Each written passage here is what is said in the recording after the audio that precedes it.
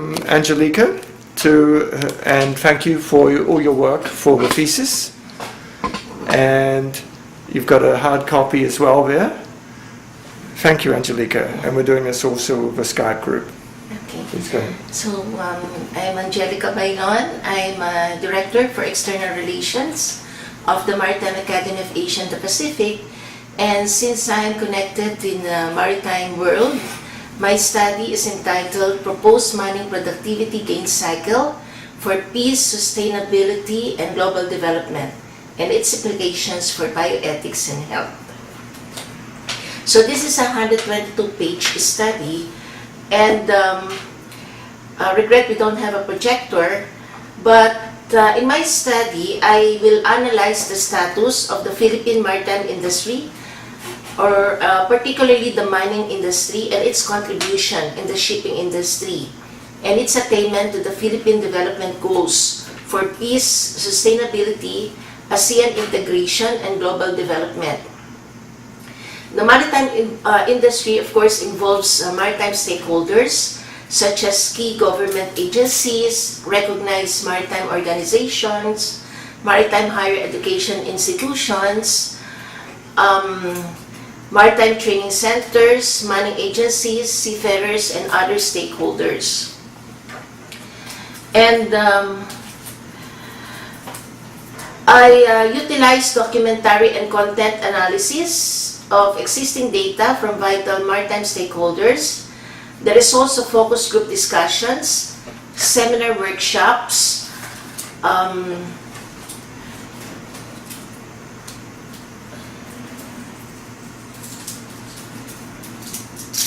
let me just scan the paper. Okay. And I also did a SWOT analysis of the Philippine mining industry and its impact on issues concerning graduates. And also identified the top characteristic of Filipinos who became leaders in the shipping industries. Okay. And determined the regarding emerging Philippine maritime industries. And finally, a bioethical analysis on the implications of the study to bioethics and health. And my study is composed of 8 chapters. The chapter 1 deals with the maritime industry. Chapter 2, research methods. Chapter 3, development. Chapter 4, SWOT analysis.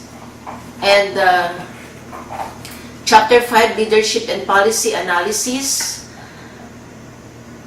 Chapter 6, Policy Implications. And at the Proposed Mining Productivity Gain Cycle, Conclusion and Recommendation, and its implication to bioethics and health. Now, let me present to you bioethics in maritime industry, because the study is its implication on bioethics and health. The globalization of the world economy has brought renewed vitality and challenging opportunities to the ever-global shipping industry. The fast growth in world population, especially those in less developed and new emerging economies, calls for increased transport needs to cope with the demand of the world markets and mobility of people. The shipping industry has a pivotal role in spreading globalization, and its benefits not only to the first world countries but more so to the developing nations. Sea transport by far is the most cost-effective way to move goods and raw materials around the world. In fact, around 90% of the world trade is carried by the international shipping industry. Seaborne trade continues to expand, bringing benefits for consumers across the world through competitive freight costs. As a major player in carrying around 90% of the global trade, the International Chamber of Shipping identifies international shipping as the lifeblood of world trade. There are 50,000 merchant ships trading internationally, transporting every kind of cargo. The world ship is registered in over 150 nations and manned by over 1 million seafarers of virtually every nationality. Ethics is a philosophical discipline pertaining to notions of good and bad, right and wrong, our moral life in community. Bioethics is the application of ethics in the fields of medicine, healthcare, environment, and life. Now, how is it related to maritime affairs? We all know that bioethics is multidisciplinary. The field of bioethics now encompasses a full range of concerns, from difficult private decisions made in various settings to broader concerns such as international human subject research, to public policy in healthcare, and to the allocation of scarce resources. As a maritime bioethicist, my study intends to explore deeper issues such as the meaning of quality of life, pain and suffering, and rights and responsibilities by all concerned in the maritime world.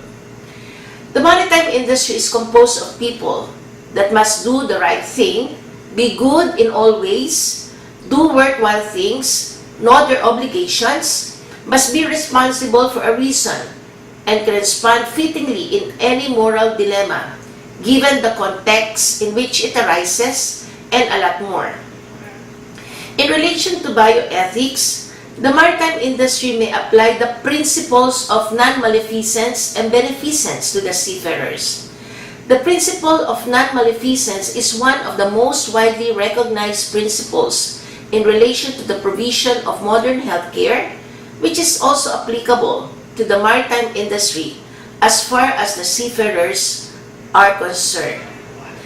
Where the principle of the beneficence can be described as a limited duty, non-maleficence can be understood as a constant duty, that is, one oath never to harm another individual. Certainly, the difference between the principles rests on the character of the avoidance of harm, or non-maleficence, and the demand for the positive benefit, which is beneficence.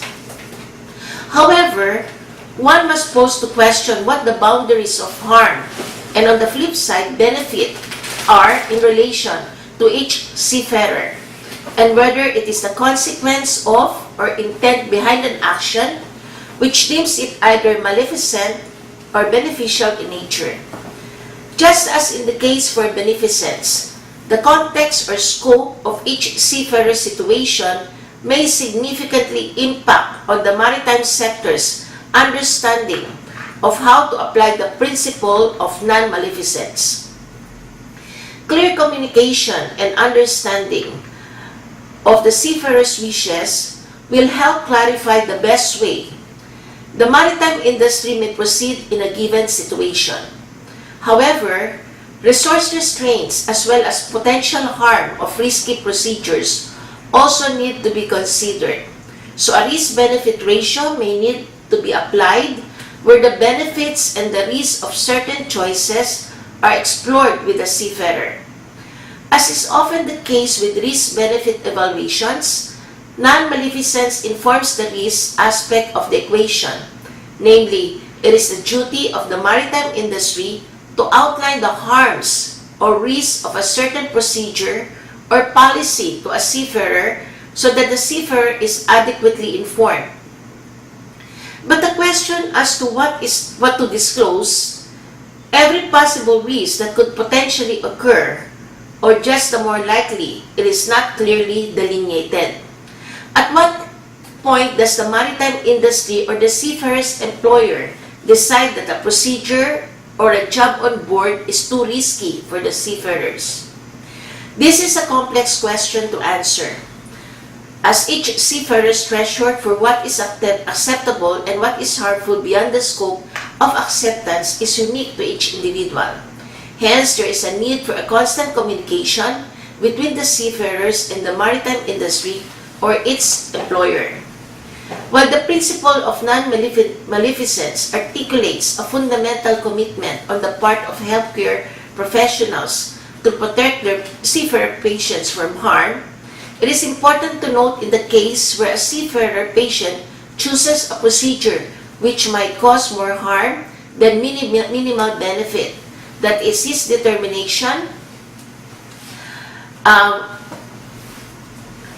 made by the seafarer patient, who alone is the authority on the interpretation of the greater or lesser harm for the self. Instances where this might occur could be in relation to euthanasia or physician-assisted suicide, or performing a work task that has high risk of death. It is also important to note that a seafarer's competency is directly related to whether or not the medical doctor will accept their decision. Indeed, interesting cases are often cited in relation to this. Let me cite you an example. For example, a seafarer who is a Jehovah's Witness, he was admitted following an accident on board. And even though he refused a life-saving blood transfusion, his treatment team sought court approval to do so. Now, the court granted on the basis that he had continued in his refusal of the blood transfusion, but this seafarer had approved the use of red tomato sauce to be used instead. Hence, highlighting that he could not make sound decision regarding his health. In this way, and as I had mentioned, the moral practitioners need to acknowledge a sick seafarer's autonomy, coupled with a competency assessment and understanding of the patient's preferences. Therefore, non-maleficence needs to be balanced by autonomy. Indeed, even after considering the benefits of a choice, the medical doctor needs to respect the final decision made by the sick seafarer to a degree, even if it goes against his or her duty to prevent harm. Hence, while the principle of non-maleficence encapsulates the image of an ever-helpful and attentive moral practitioner, it must be noted that a variety of factors should be considered and indeed impact on one's ability to prevent harm and advocate or carry out a course of action which would benefit a sick seafarer. Such factors include an analysis of risk versus benefits of procedures, a sick seafarer's quality of life, the context of the presenting problems, the competency of a patient, the availability of resources, as well as a deep understanding of the ever-echoed healthcare idiom, do not harm. The principle of non-maleficence requires an intention to avoid needless harm or injury that can arise through acts of commission or omission. In common language, it can be considered negligence. If seafarer, for example, imposes a careless or unreasonable risk of harm upon another, that is non-maleficence. On the other hand, the beneficence principle refers to actions that promote the well-being of others. Because, the seafarer's responsibility in the maritime world is safety of life at sea. The duty of maritime professionals should be to benefit a party, as well as to take positive steps to prevent and remove harm from the party. Me, as a researcher, as a maritime bioethicist, would also analyze the various issues in the maritime industry in the context of all choices, including those affecting health.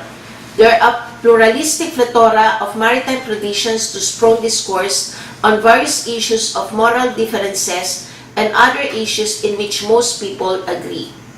So that is in relation to bioethics. Now, my study also discussed about Philippine maritime industry, that Philippines is an archipelago of more than 7,100 islands. It has one of the longest coastline in the world. It covers a discontinuous coastline of 36,289 kilometers, 832 coastal municipalities, and 64 coastal provinces. As with international trade, the Philippines rely on the maritime industry in attaining inclusive growth and socio-economic progress. Shipping remains the major infrastructure which the country's island, as well as connects the country to international commerce and trade. A responsible and modern Philippine registered fleet supported by quality seafarers and capable shipyards will pave way for stability of trade, promote national development, and promote national security. My study also presented some statistics as regards the increase of vessels, no, from 8,112 vessel in 2012 to 9,907 vessels in the Philippine domestic merchant fleet. And there are 60% or 5,934 passenger ships, 2,924 cargo ships, 246 tankers, and 541 tugboats, which stand up to cover 2.3 million with an average of 236.20 GRT in the ships and an average age of 13.19 years. Okay. So let me also inform you that there are a total of 29 shipping companies that were granted certificates of public convenience. Okay. So these are just statistics. And the Philippines ranks 32 as rank number 32, maritime country among the top 35 flags of registration. Okay, so what I would like to imply is that shipping is the cheapest form of transportation. Now, what is Philippine mining industry? The maritime industry is just a portion of the shipping industry, and there are a lot of activities. When you say maritime industry, it involves trading, shipbuilding, ship operation, logistics. On the other hand, what is mining industry? This mining industry supports the shipping industry. Why? Because when you say money, it is concerned with recruitment, processing, and deployment of competent and competitive seafarers for deployment in ocean-going vessels.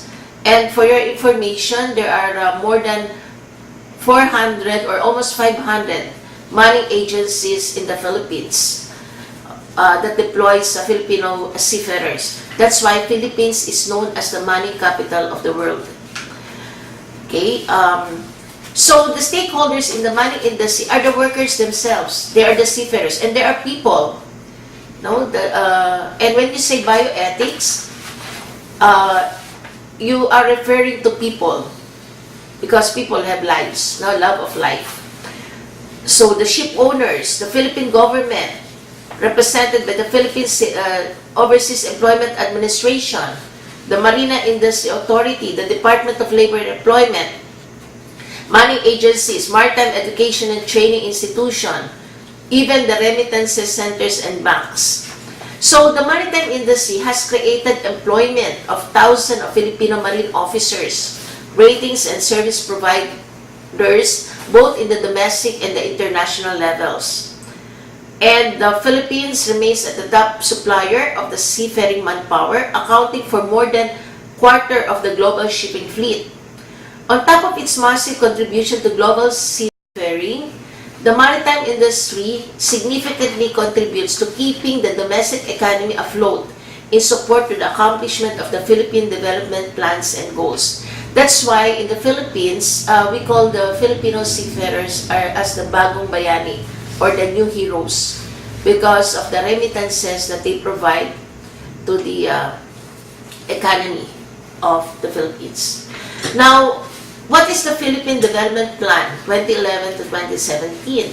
This adopts a framework of inclusive growth, which is a high growth that is sustained, that generates more mass employment, that reduces poverty.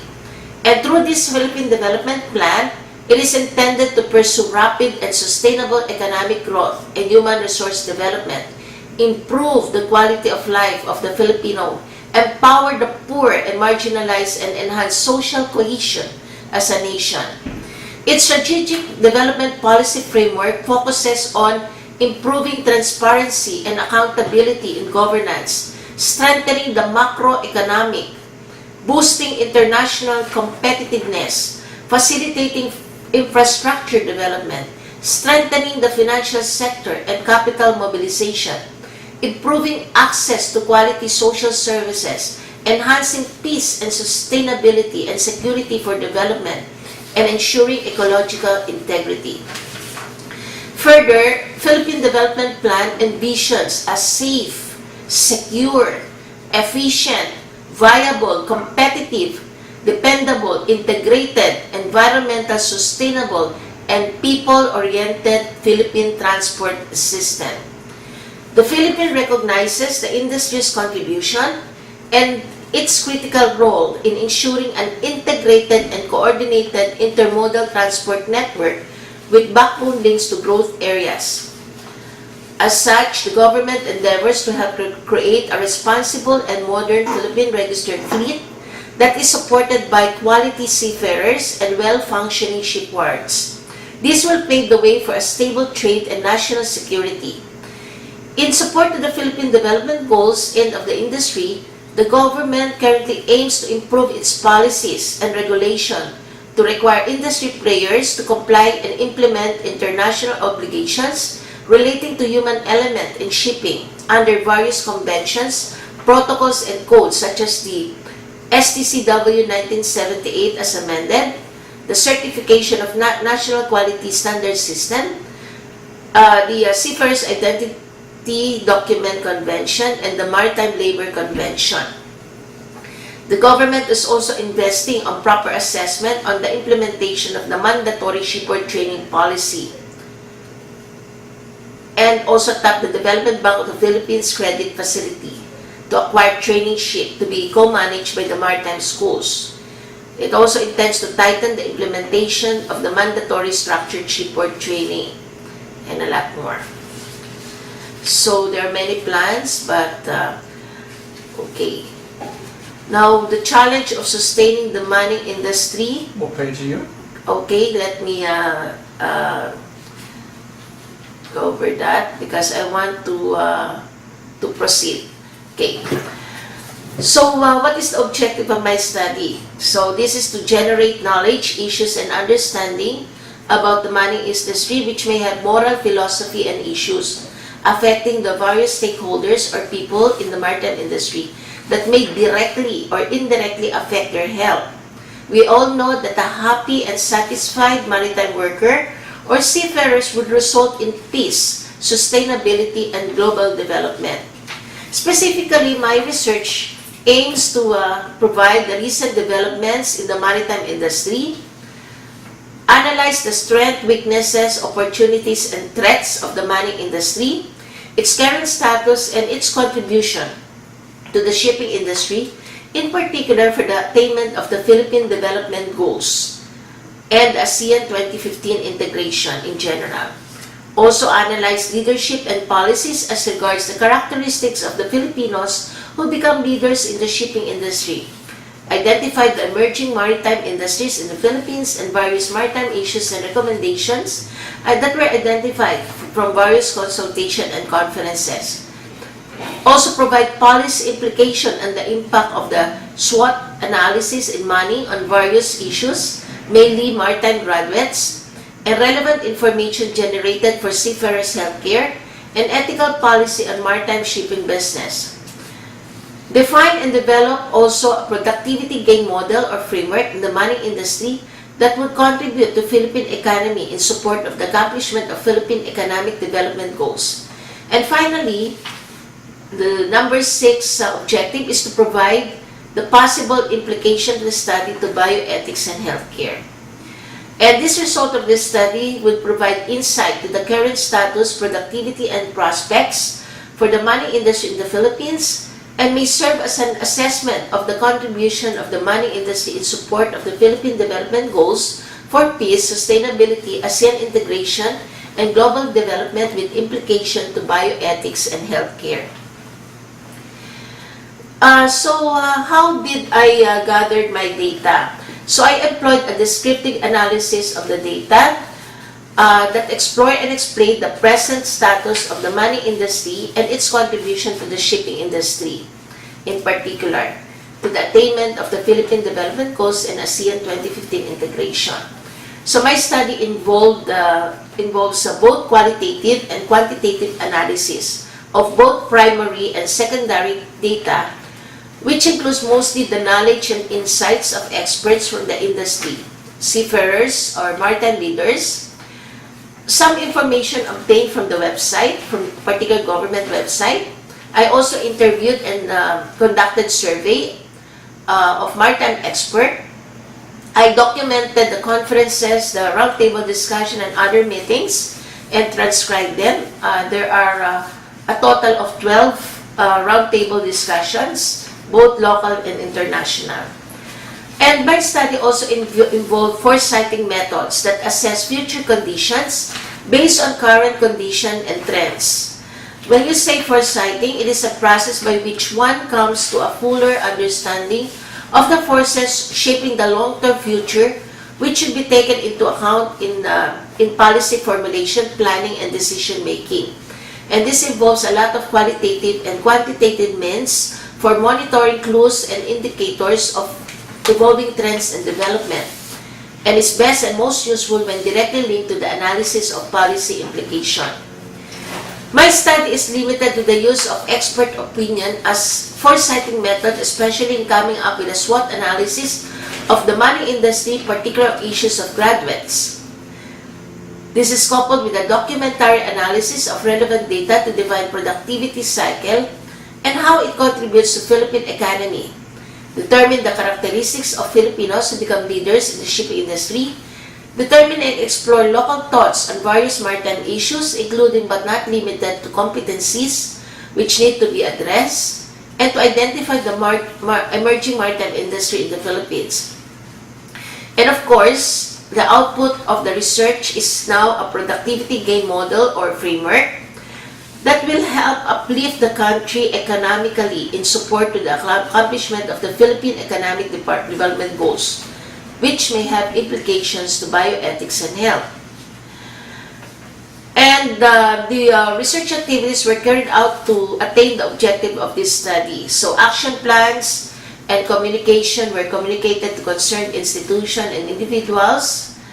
There were focus group discussion, exploratory meetings were conducted in partnership with other organizations like a Maritime Forum, Association of Global Maritime Education and Training Institutions, or Global MET, Gdynia Maritime University in Poland, Maritime Labor Convention Stakeholders Meeting in Berlin, Germany, and Nautical Institute.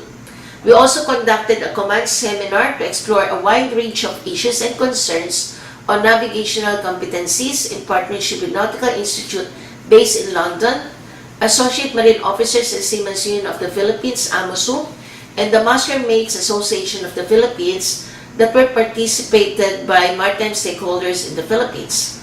The data information generated particularly on perceived traits qualification of Filipino maritime leaders and emerging maritime industries from vital maritime leaders in the Philippines were validated also on June 5, 2015 during a seminar workshop held at AMOSU Convention Hall. The large latest data information and issues gathered were analyzed and categorized to achieve the objective of the study towards the accomplishment of the development goals on human resource development, macroeconomic stability, international competitiveness, and sustained growth. So let me go over with the development shipping. So for under the development, I discussed something about shipping and world economy. So I'll go through that because I also discussed ASEAN integration and globalization in Asia. I also discussed global trade and maritime industry. I also discussed some research on the Philippine maritime sector, authored by Birola, Arcelo, yours truly. Okay. I also, but I've not discussed that because I'm given only 45 minutes. So let me give you the result of my study. So I did a SWOT analysis of the Philippine mining industry. As I mentioned earlier, there are some books that I use as my basis in conducting SWOT analysis. And I have actively co-organized and participated and analyzed vital information gathered in the different events like Women Maritime Philippines Marina Joint Roundtable Discussion with the theme Leveling the Playing Field, Challenges to Women Seafarers, that was March 18, 2014. During the Philippine Seafarers Convention held in 2014 and 2016. The TKF Foundation Global Seminar Workshop held in April 28 to May 2, 2014. Roundtable discussion held in June 18, 2014. Nautical Institute in 2015. TKF Global, and a lot. There are 12. In Transnav, in Poland, in Berlin, and Cape. So, I have analyzed the strengths, the weakness, and the opportunity. So, let me just give a summary. Under the strength and analysis of Philippine mining industry, these are the strengths. Philippines is international recognized as the mining capital of the world. There are 12 strengths, no? Second, Philippines has a high rate of deployment for seafarers, which is very good because it means a lot of remittances. Increase in the number of principals engaged in mining agencies, because as I said, there are more than 500 mining agencies in the country.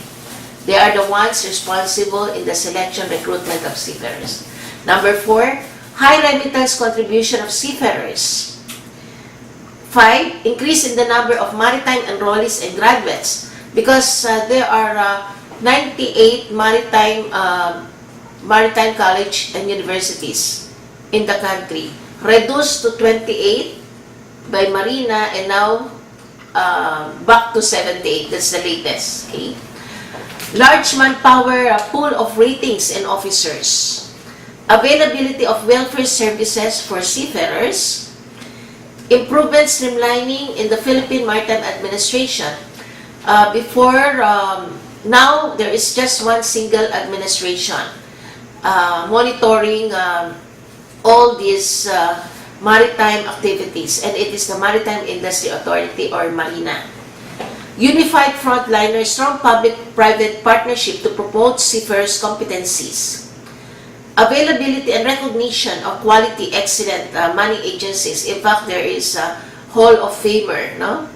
How are they recognized? The more welfare services they provide to the seafarers, like for example, healthcare or meals, medical services, lawyer services, education, loan, anything for the welfare of seafarers. So that is why they are recognized. There are every year at the office of the President in Malacanang, out of the 500 mining agencies, the Office of the President awards top 10 mining agencies. There's also a reform in the maritime higher education for better industry workforce entrance. Close monitoring of accredited maritime training center. In the Philippines, there are 68 training centers in the country. Okay? And then what are the weaknesses? I have identified 11. I will just give a summary because for each weaknesses and even for each strength, there is a corresponding proof, like a table or a figure to as proof why it is under strength and why it is under weakness. So here are the 11 weaknesses. Number 1, diverse issues and concern with the new regulation in compliance to STCW 2010. Second, lack of government support for seafarers' education. Third, inadequacy of equipment and facilities in maritime higher educational institution. Because if you want to put up a maritime school, you need to buy your own simulator, and it's very expensive. Okay? Inadequacy of qualified trainers, teachers in maritime higher education institution. because you can just imagine the pay if you the seafarer or the master mariner goes on board, the pay would be 10,000 to 15,000 US dollars. So why teach where you will only earn not more than 100,000 or not more than 80,000 pesos per month compared if you go on board. So there is inadequacy of qualified trainers, teachers in maritime and higher education. Gaps and issues on maritime education output and the needs of the industry. Lack of berths for cadet training program. Decrease in the number of licensure examination takers. Lack of senior officers, especially for the engine. Lesser number of qualified new entrants. Issues and gaps on the availment in welfare services for seafarers. And lack of statistical data and or research development in the maritime sector. So this is just a summary. I can discuss each weaknesses, but that will take time. Now, what are the opportunities? These are the 6 identified opportunities. There is a wide industry network. There is a global demand for officer. There is an availability of maritime funders and sponsors, but no takers. There's a wide training opportunities for cadets and seafarers. There's upgrading for ratings and officers are available. And there are a lot of training opportunities for trainers, teachers, and developing consistent course structures and curricula based on international best practice. And what are the threats? There are 2 identified threats. One is the implications of the EMSA audit result. What is EMSA? That is European Maritime Safety Audit. EMSA was commissioned by the European principals, they have money agencies in the country, so they send the EMSA, they pay for the EMSA. Okay, you go to the Philippines and check the maritime schools, the agency, if they're doing their job. And the result was sad, it's negative, and that would result to, of course,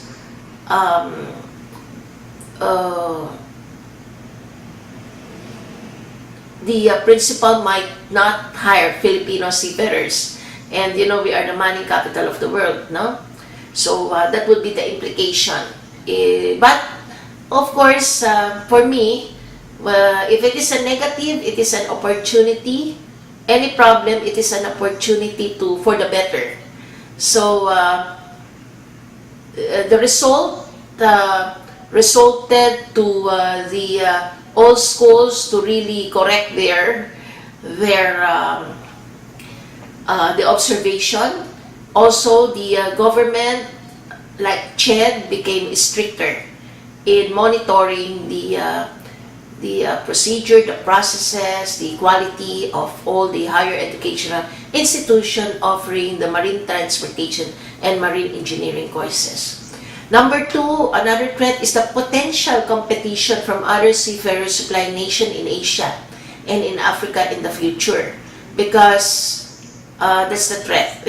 If nobody will hire Filipino or they will hire other seafarer from other supply nations.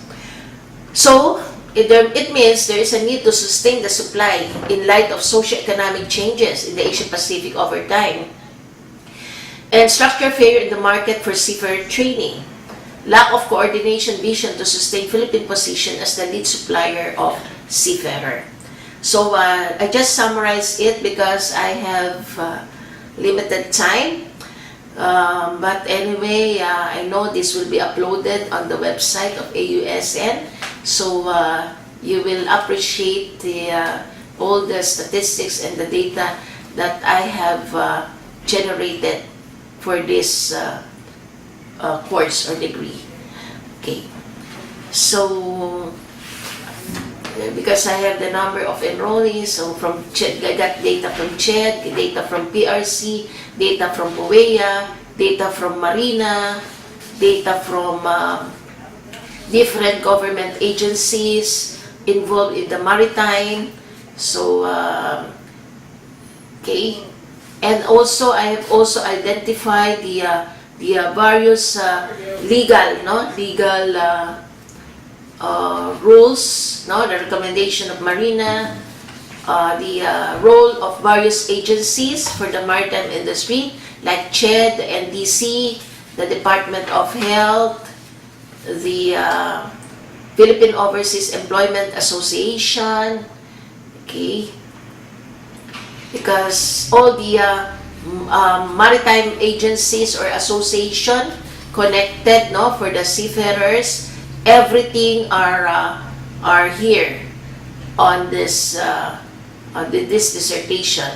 I also have the list of maritime organization in the shipping maritime sector.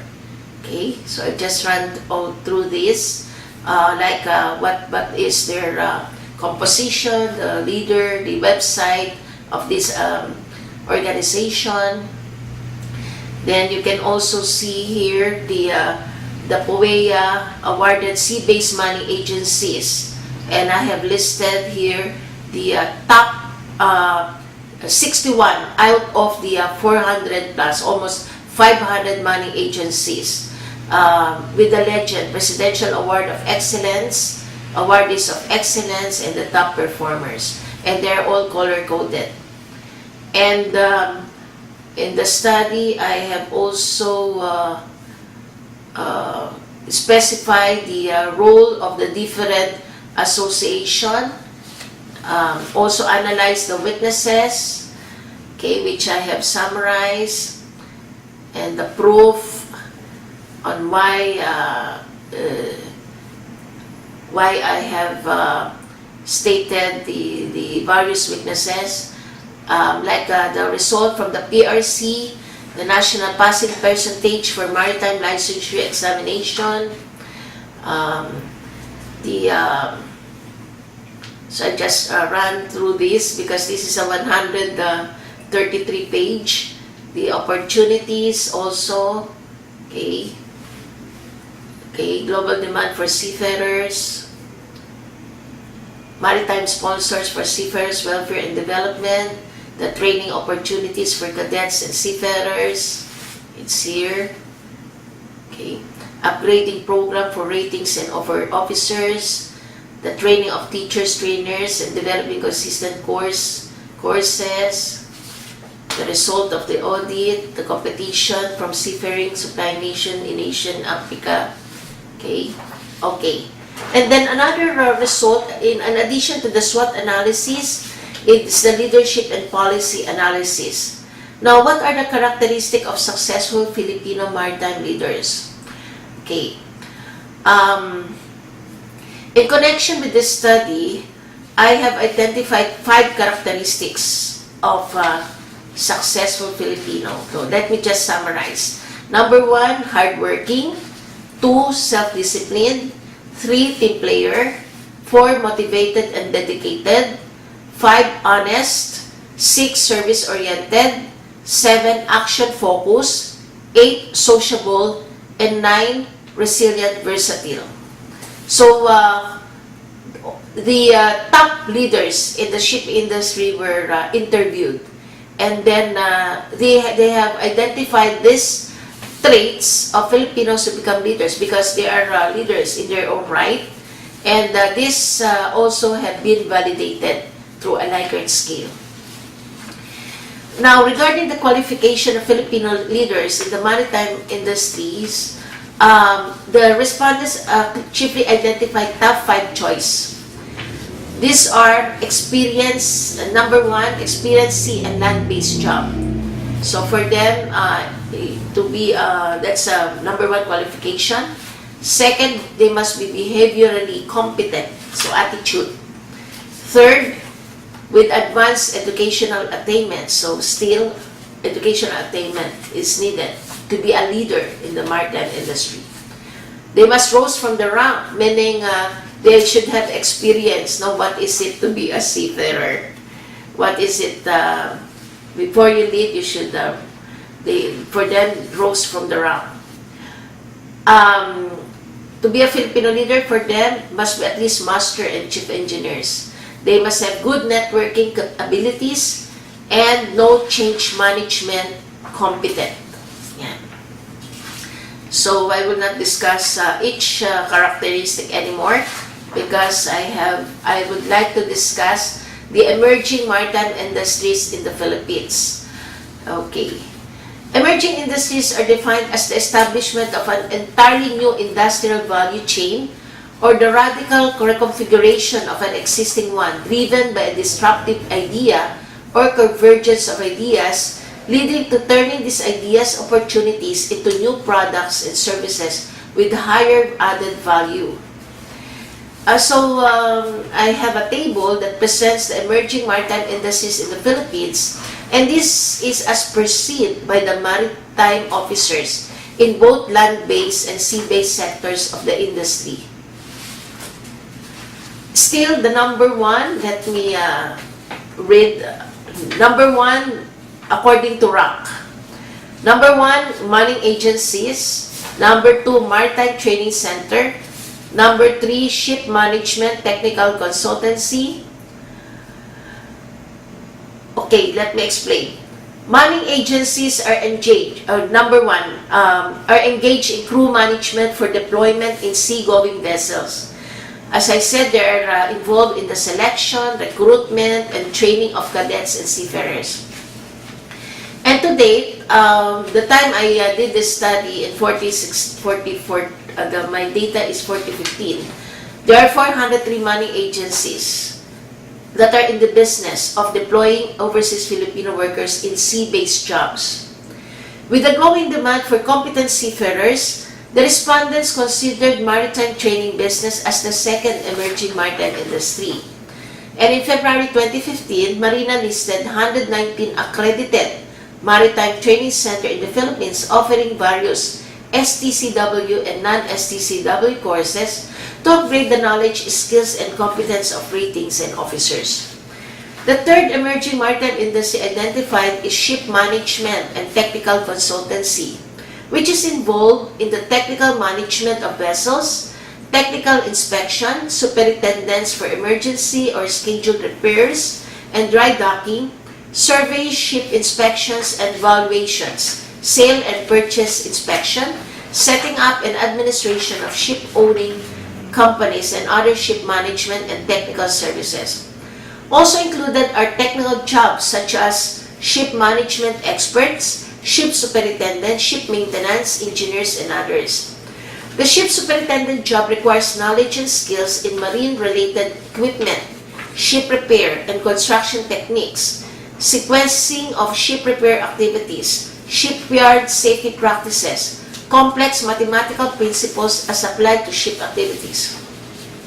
The fourth emerging maritime industry is the operation of maritime review centers, which are engaged in preparing aspiring maritime officers in passing the licensure examination, previously being handled by the Philippine Regulatory Commission and now by the Maritime Industry Authority or Marina.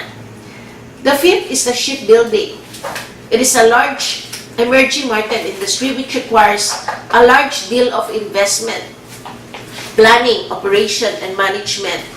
Shipbuilding is one of the priorities in the Philippine Investment Plan. According to Invest Philippines, or Investment Assistance Center, shipbuilding has a big opportunity in the export market.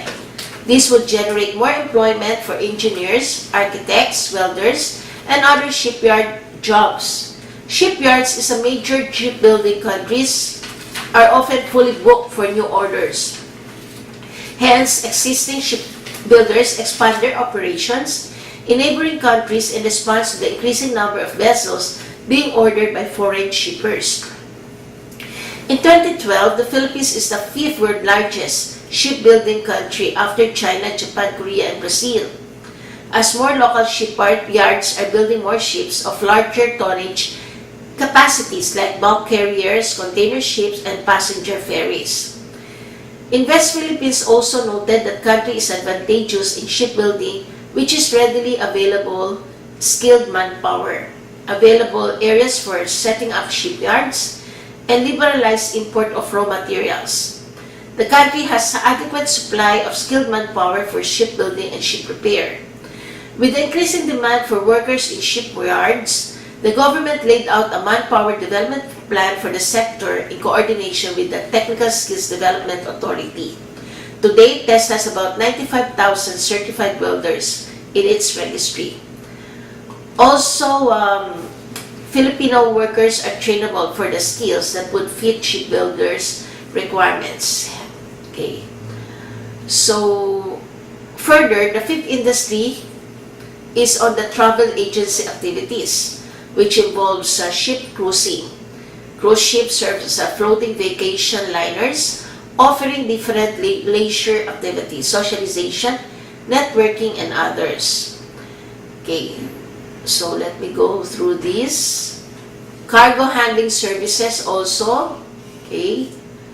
Service activities incidental to water transportation involves operation of terminal facilities such as harbors, piers, operation of waterway locks, to cite a few. Okay. Sea and coastal passenger water transport industry offers a range of services also. Okay. Investment in fuel-efficient vessels has become increasingly common, leading to a significant spending in the industry. Offshore industries stated the Philippine government showed a renewed commitment to expediting exploration activity with the Department of Energy. Okay. So, looking forward to saving on energy like gas, we'll be shifting to the use of renewable energy, which is maritime. Mining industry can venture into like the use of I made mention of Big Show. That is my abbreviation for biomass, geothermal, solar, hydrothermal, ocean, and wind. It's not on the list, however, considering that Philippines is a coastal country, the maritime industry must look into the use of ocean energy. And one of the source in this study is my study updates on the status of renewable energy in the Philippines. Okay. Both in the U.S., which I presented both in the U.S., during the Tennessee Renewable Energy Economic Development Council International Conference in 2014, and during the first BIT World Ocean Congress in Qingdao, China in 2013 and 2015. So, foreign investors have been encouraged to invest in renewable energy facilities in the Philippines. And I remember during that time, I participated also in the project matchmaking session. And I had presented the solar energy project by the Department of Energy, the ocean energy project by the University of the Philippines in Qingdao, China. So from what I have presented to you about the emerging maritime industry, what can we conclude? It can be surmised that the Philippines, popularly known as the mining capital of the world, is still basically a labor seafaring supplying country. Mining agencies are still perceived to be number one in the list, and at the least perceived are the lucrative business of ship registration, ship management, ship owning, shipbuilding, shipbreaking, and other ventures. Nevertheless, new maritime industries are promising and are being encouraged.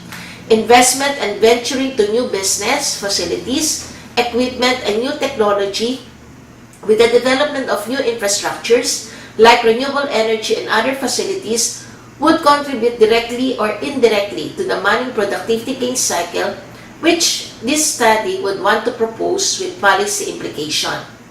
It is assumed that through this study, maritime business stakeholders may partner with foreign investors to invest in the Philippines in any of the identified emerging maritime industry, thus contribute to the mining productivity gain cycle towards the accomplishment of the Philippine economic development goals, the human resource development, macroeconomic stability, international competitiveness, and thus sustained growth.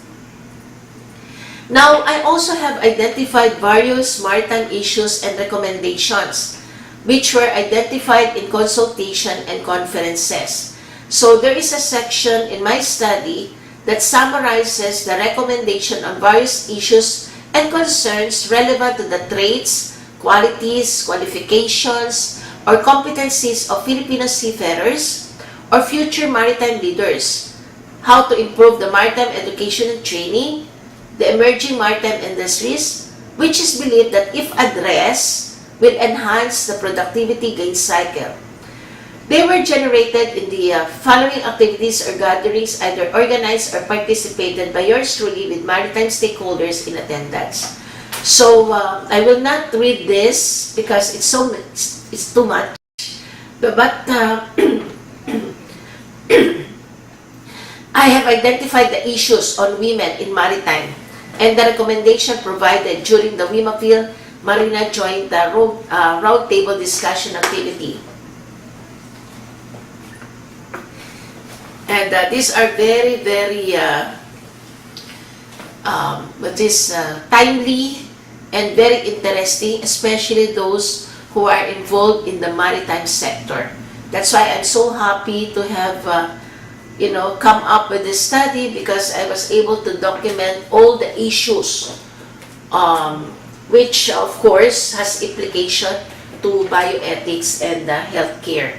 So, for this, I have identified how many issues. Let me just count about women seafarers and the recommendation.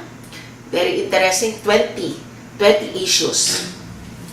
And also, I have identified issues during the Seafarers Forum with the Philippine Seafaring. They discuss about the rules, laws, the maritime issues on maritime schools, training centers, the problems of the seafarers, and there are 10. No? And then number 3, I've also raised a TK Foundation Professional Development Workshop at the Manila Yacht Club and MAP Campus from April 28 to May 2, 2014. They discuss about training and competency issues. Okay, and there are how many I have listed? I have listed 10. They also have discussed regulatory issues. I have discussed 1, 2, 2. Training issues gaps. 1, 2, 3, 4, 5, 6, 7, 8. So I listed all 10. Structural issues, there are 2. What are the opportunities on these issues? What are the recruitment issues?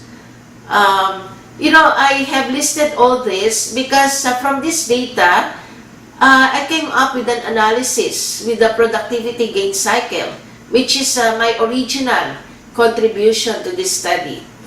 And they discuss also about retention issues. Okay?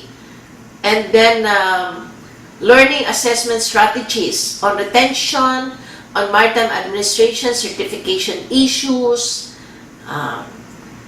the extent by which participants are conducting effective training in their institution. So what their concerns are, I have jotted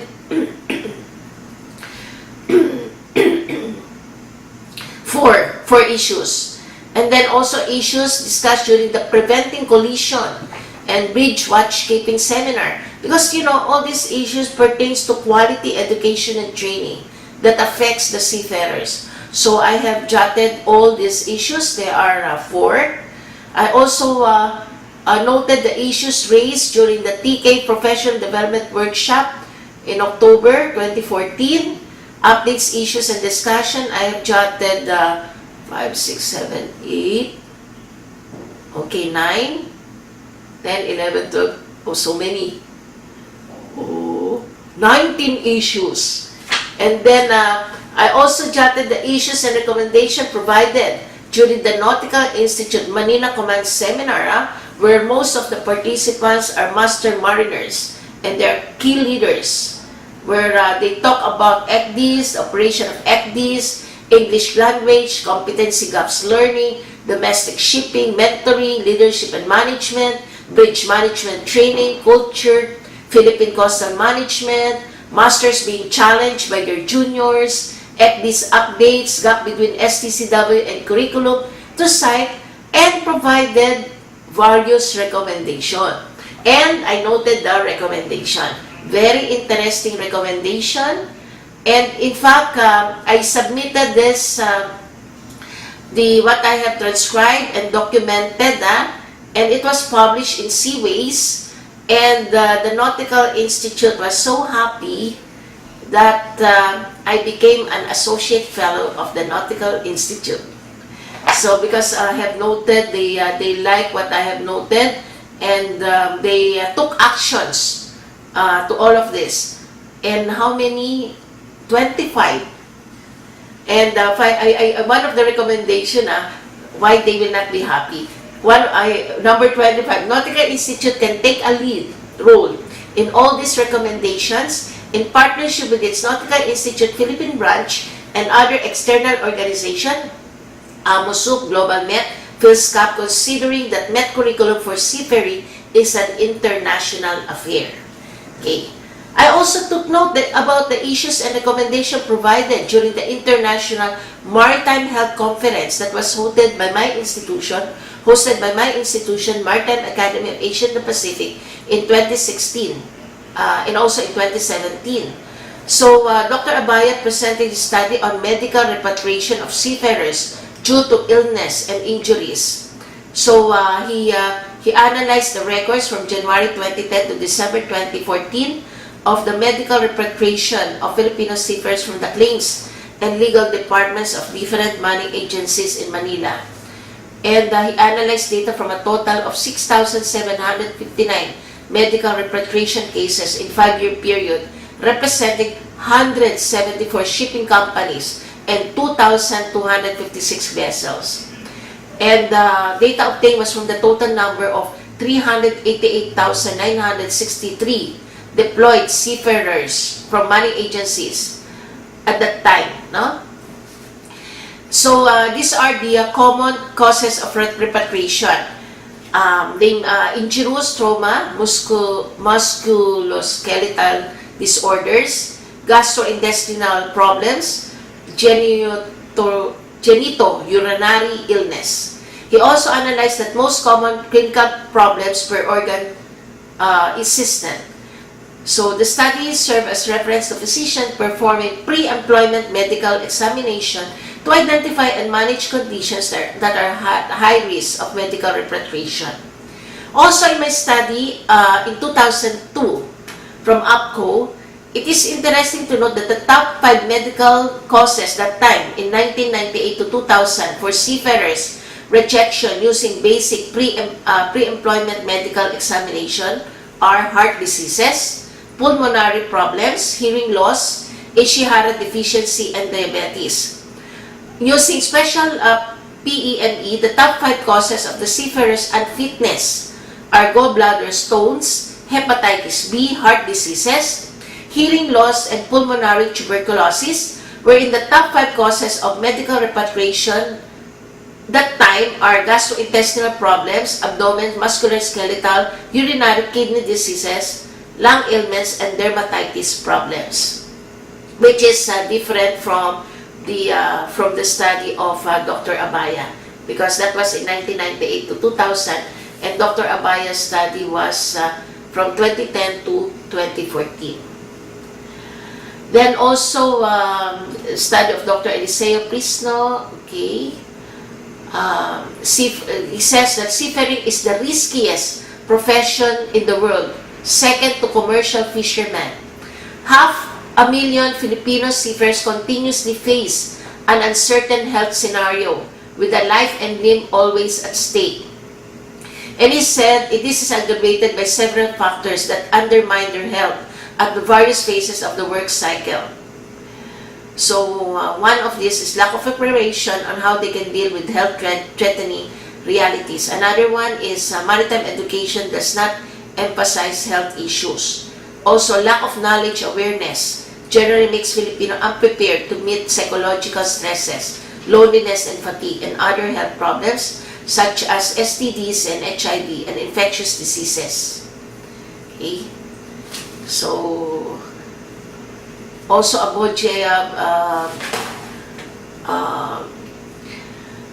according to Francis said that while Filipino seafarers enjoy top preferences from ship owners because of their skill and attitude, the country's modern-day heroes fall short in improving their lifestyle, which hinders most of them to be renewed for work right away.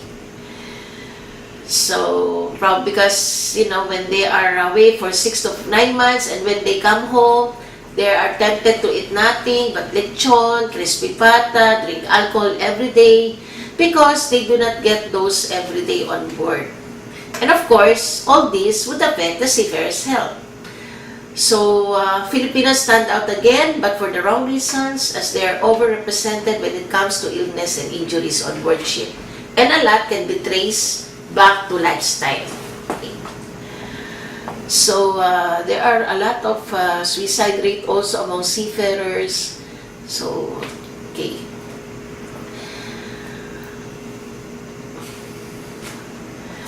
And from the study of ISWAN, we know from contacts on our helpline that one of the seafarers' biggest concern is job security and confidentiality. So many of our seafarers refuse to share any identifiable information when they seek help because, why? They're afraid of losing their job or being blacklisted. That's one. Okay. Okay. So many issues, interesting issues.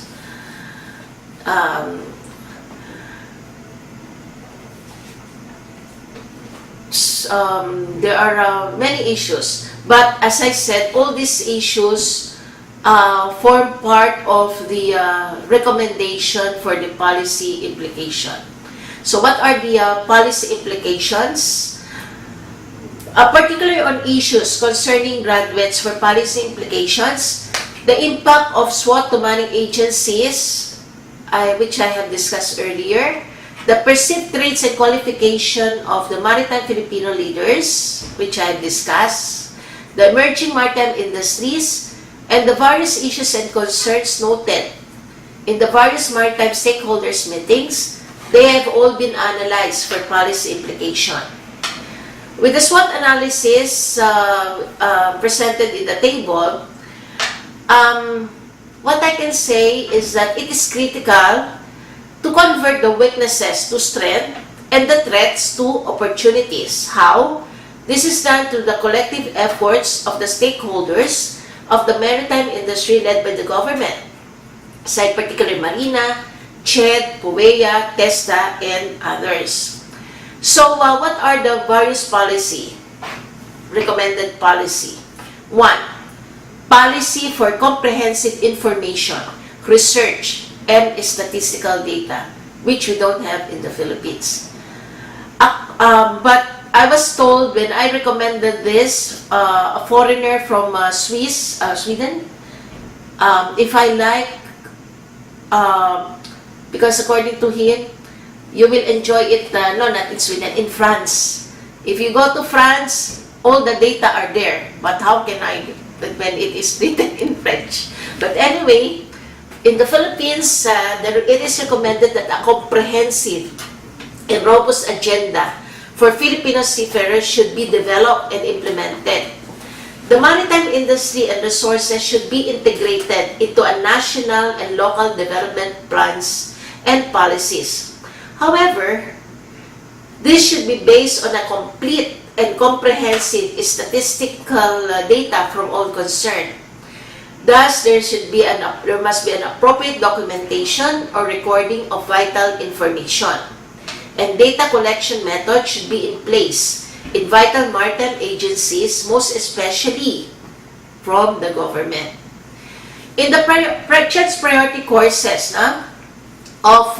from 2014 to 2015 to 2017 to 2018, it is noted that only maritime transportation is listed as a priority.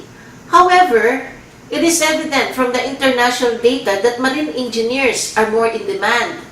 It is understandable that priority is given to educational programs for internal labor market.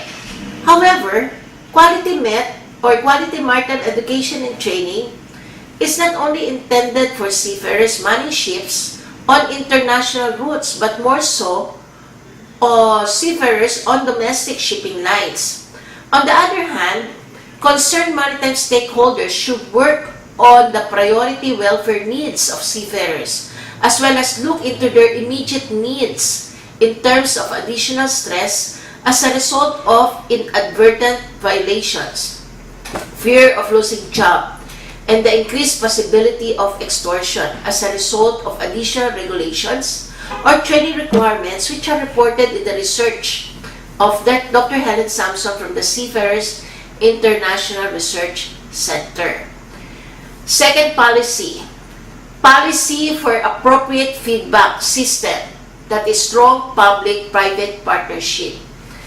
More importantly, the partnership between the government, the academe, and industry should be revitalized in all aspects of the maritime industry, most especially in resolving maritime education and training inadequacies.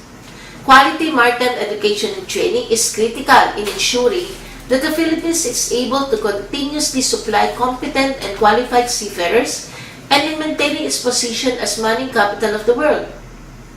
The maritime is recognized as one of the industries that registered the high demand for skilled workers in the TESDA's labor market intelligence report, Skills Demand and Supply Mapping. It is also considered as one of the key employment generators identified in the DOLE project's Jobs Fit. Thus, focus for the improvement in MET is necessary. In the 60th European Manning and Training Conference stated that the primary challenge for the seafarers supplying Asian countries will be to improve the maritime and training institution.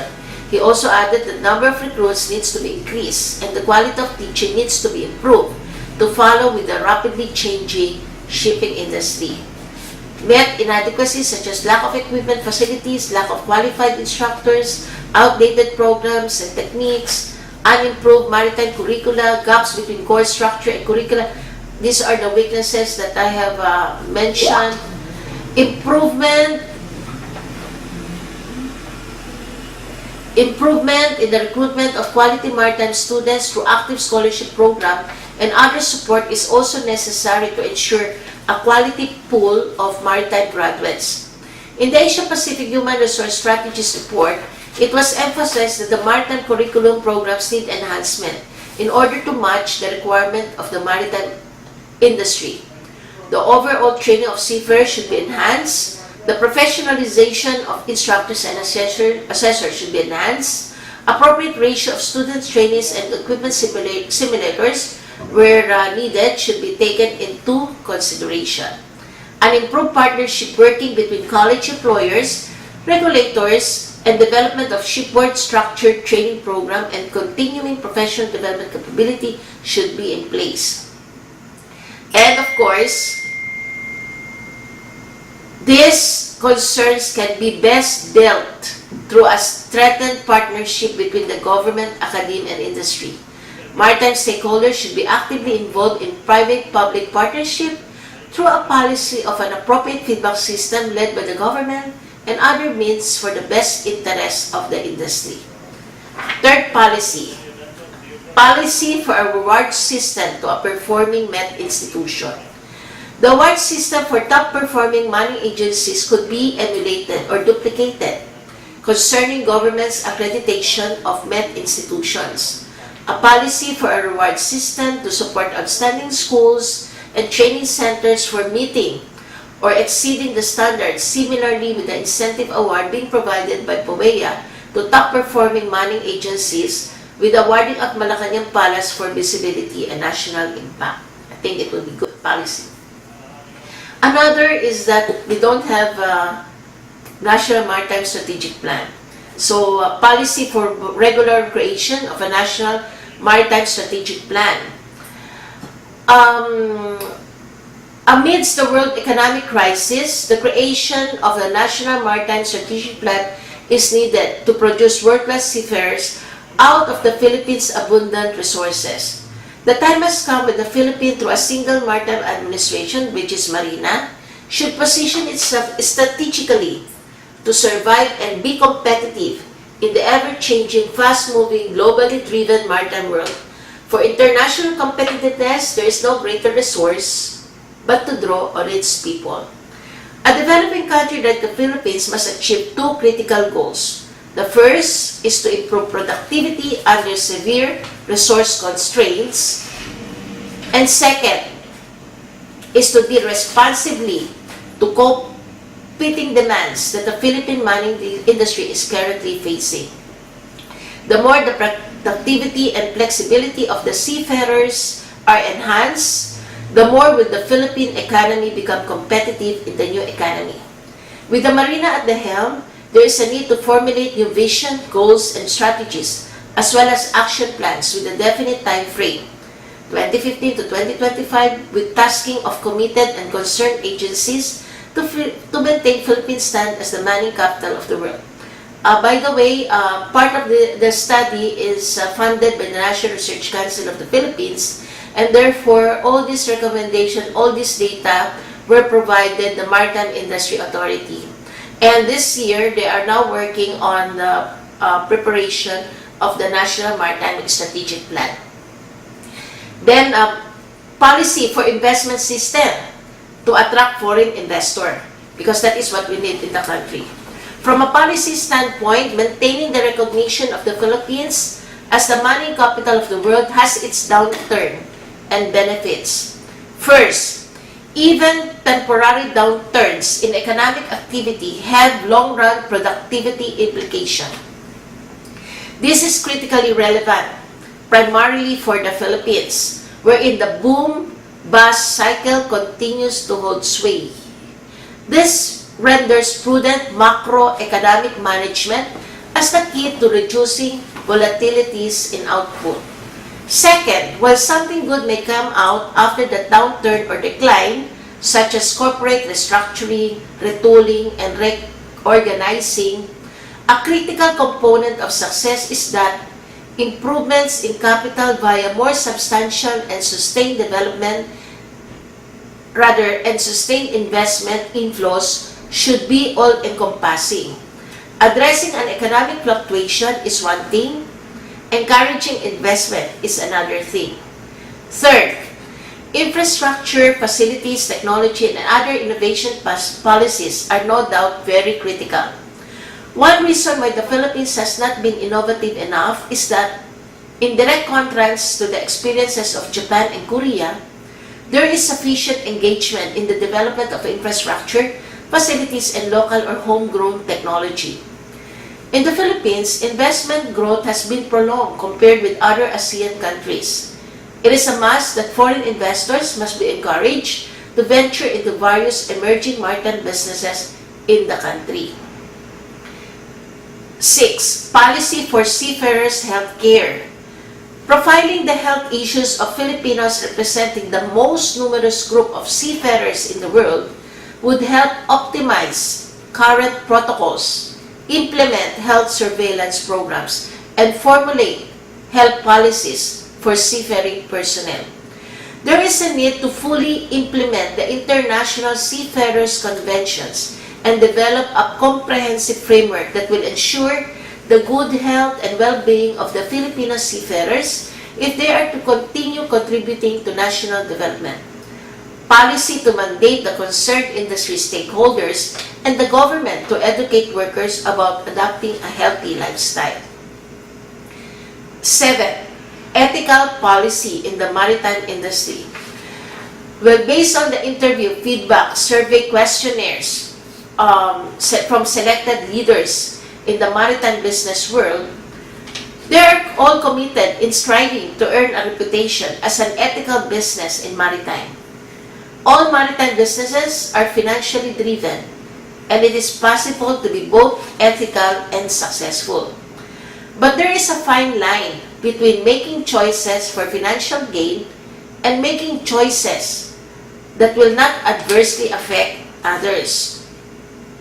The culture of an ethical business is defined starting from the very top of the organizational chart.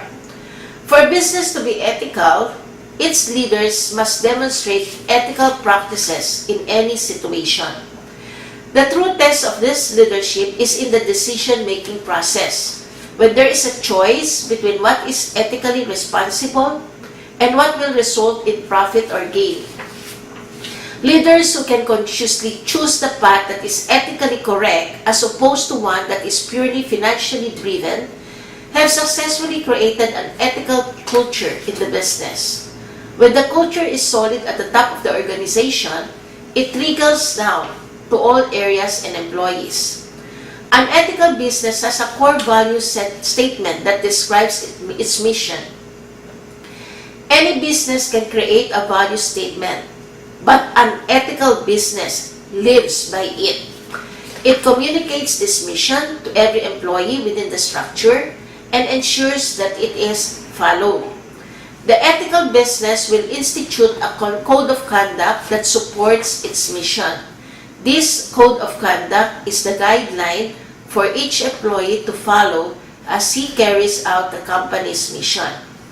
Integrity is an all-encompassing characteristic of an ethical business. The ethical business adheres to laws and regulations at the local, state, and federal levels.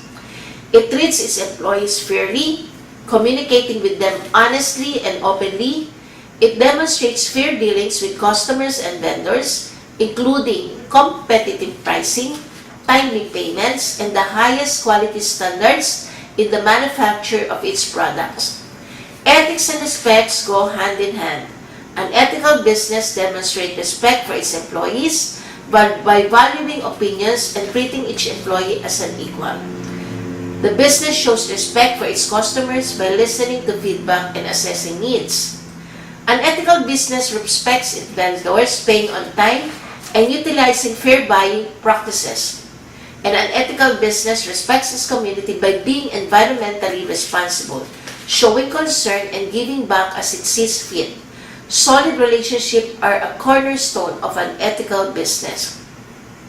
Loyal relationships are mutually beneficial and both parties reap benefits. Employees who work for a loyal employer want to maintain the relationship and will work harder toward the end. Vendors and customers will remain loyal to a business that is reliable and dependable in all situations. An ethical business stays loyal to its partnerships, even in challenging times. The result is a stronger relationship when emerging from the challenge. An ethical business has concern for anyone and anything impacted by the business. This includes customers, employees, vendors, and the public.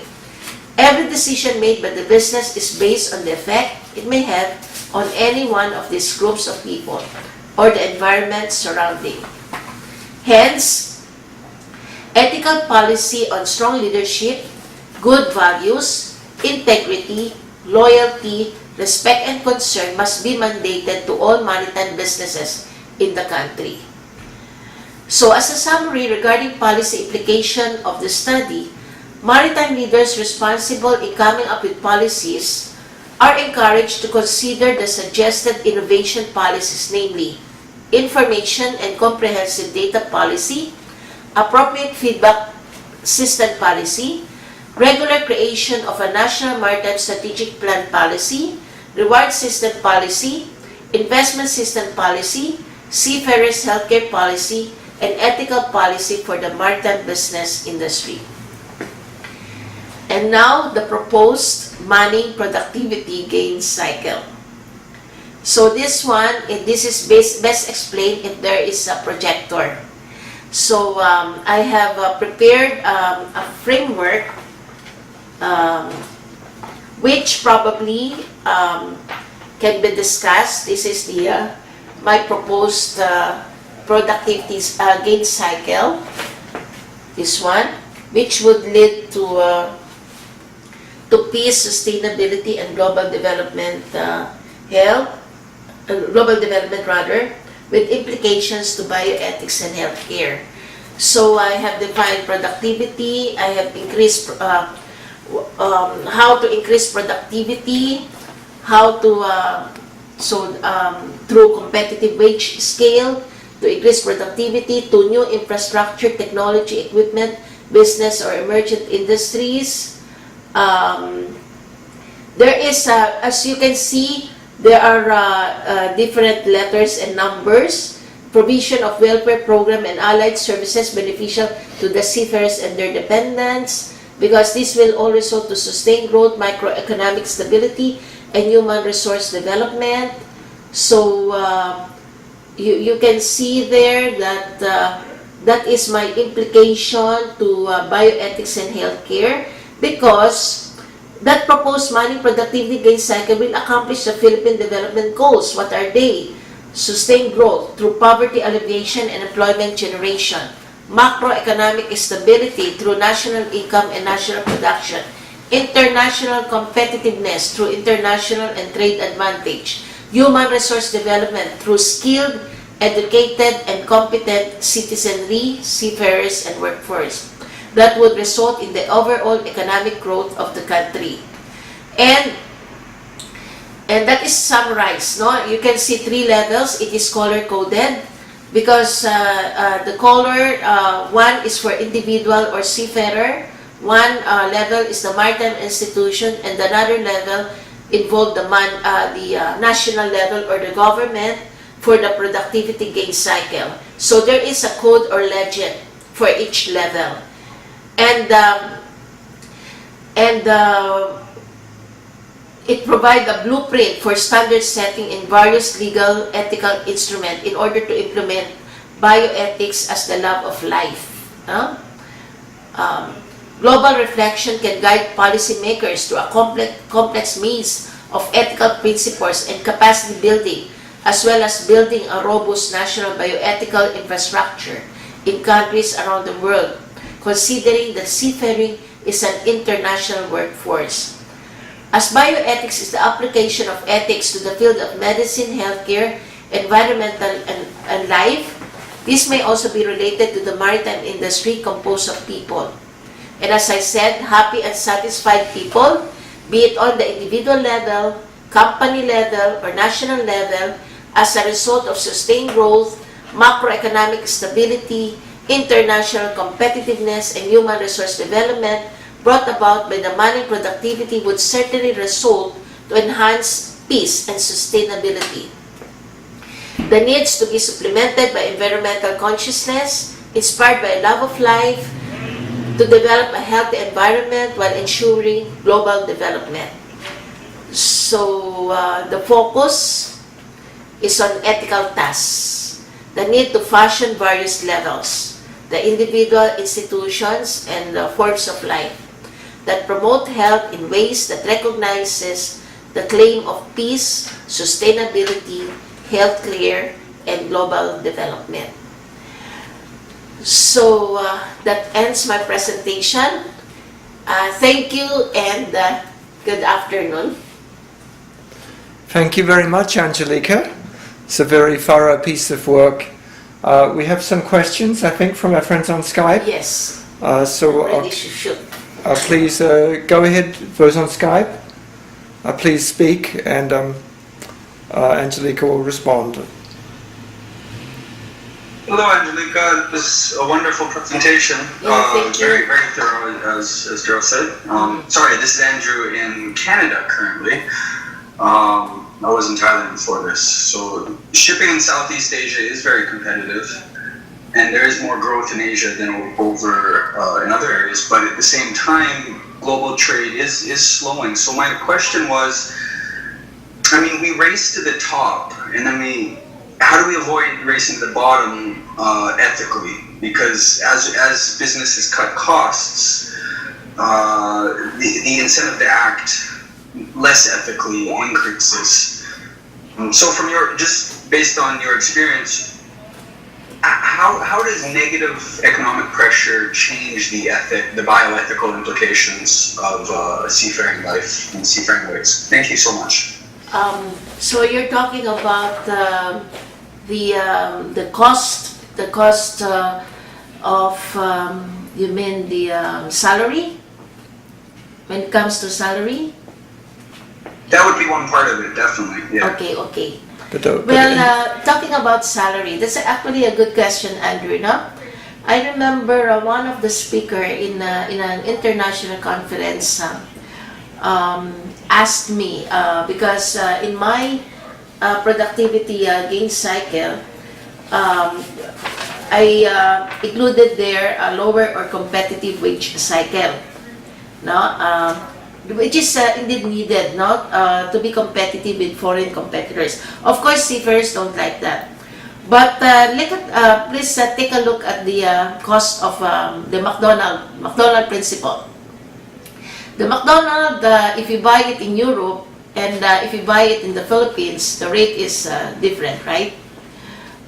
So similarly with the cost, the Filipinos cannot demand, like for example, if you are a European master mariner or a chief engineer, probably your salary would probably be $20,000 or $30,000 or more, even more per month. But for Filipinos, it could only be $10,000 US dollars. This Why? is per month. Per month. That's per month.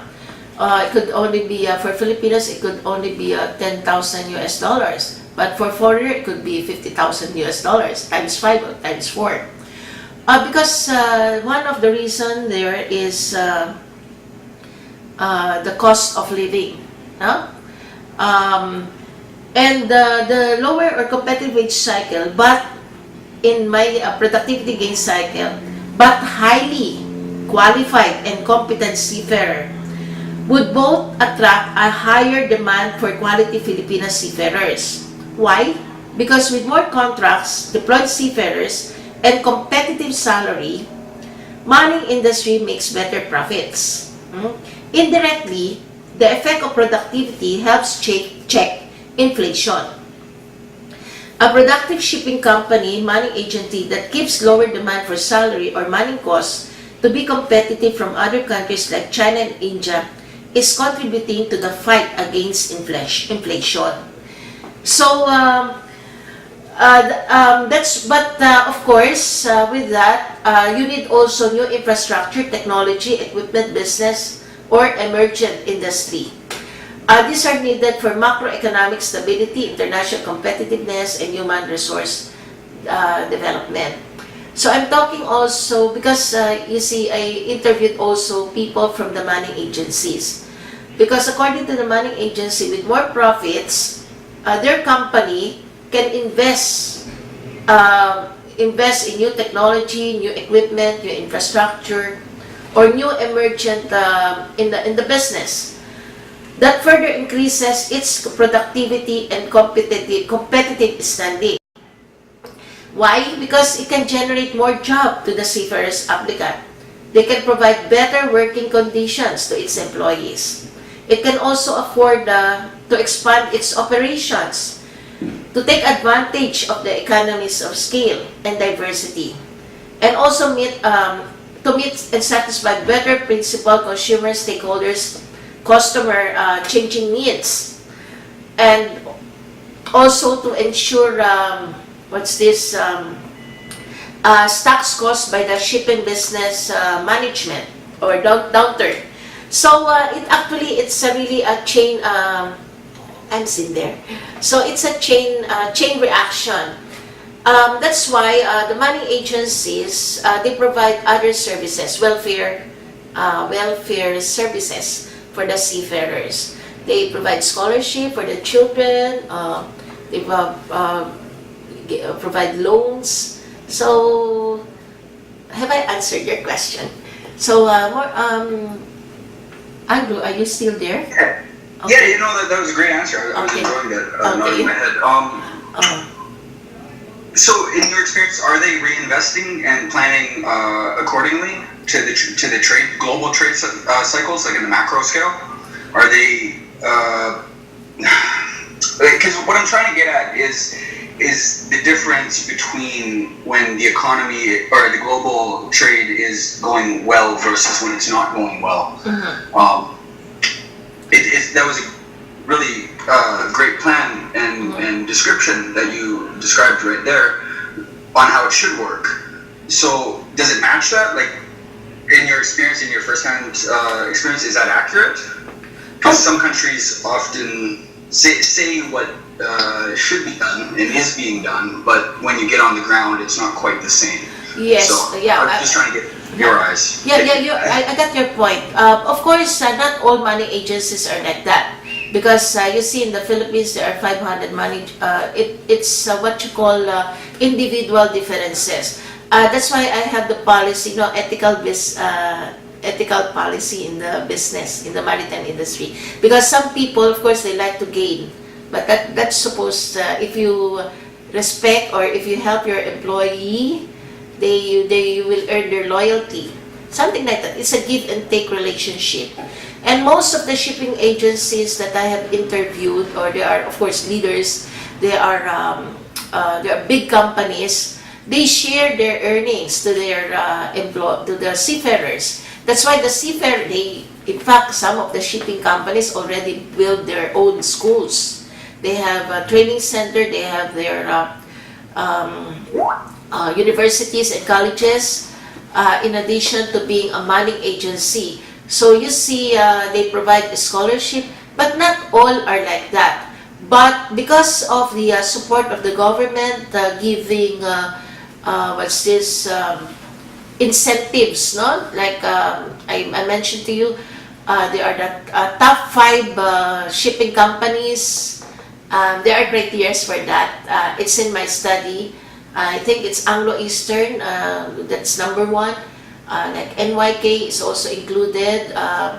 We have the Career Ship Company, because the government check, no? They get the feedback from the seafarers. Also, they check if indeed, because if you provide the tax, there is an incentive. You can reduce your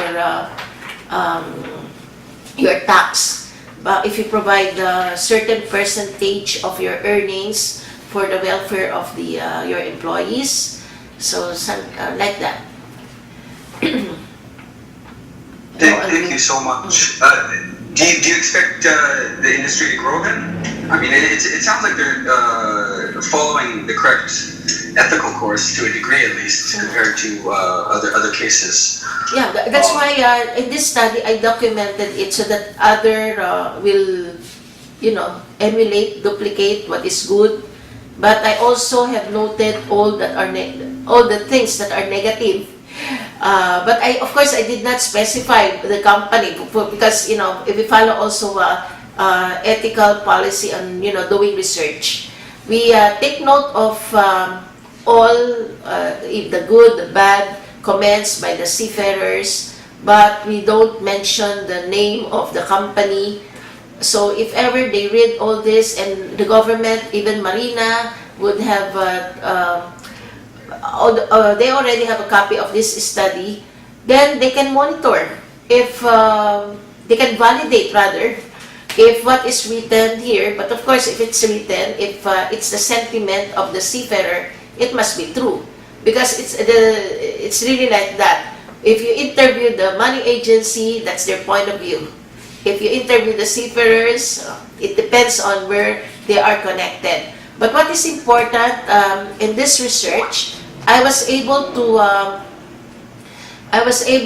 document everything and see the real what is happening, the real score in all sectors, be it the money agency, the seafarers, and it's up for the concerned agencies to validate the findings of this study. That's why I have some recommendation in terms of some policies that need to be put in place. Thank you. Notes, go ahead. Yes, Andrew. Yes, Darren.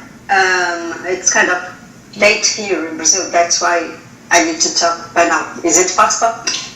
Yes. Yes. It's very important that you. I'd like to hear from you. Thank you. Thank you for the invitation. I need to do some comments to the text, okay? And some suggestions if you want to do some changing. I don't know. Yes, please. I'm kind of concerned about the bioethics issue. Yes. You have a very huge work. It's kind of complete, Yes. but in terms of data, in terms of analysis, but I'd like to suggest some points. I'd like to discuss some points. For example, you start telling that bioethics is the thinking about right and wrong, and think you could consider some other kind of thinking about bioethics, not to find right to wrong, but anyway. Yes, could to you have suggest some other reference about ethics itself, to give even the idea that it's complex and includes the meaning of sustainability, the responsibility to future. So when you think about Jonas' theory and the principle for responsibility, so you could use this principle to justify your work itself. I think. I mean, the principle of responsibility. Your act is reasonable if you can help future generations. So I would suggest that you include some other thinking about ethics, because I think it's important to have some other references.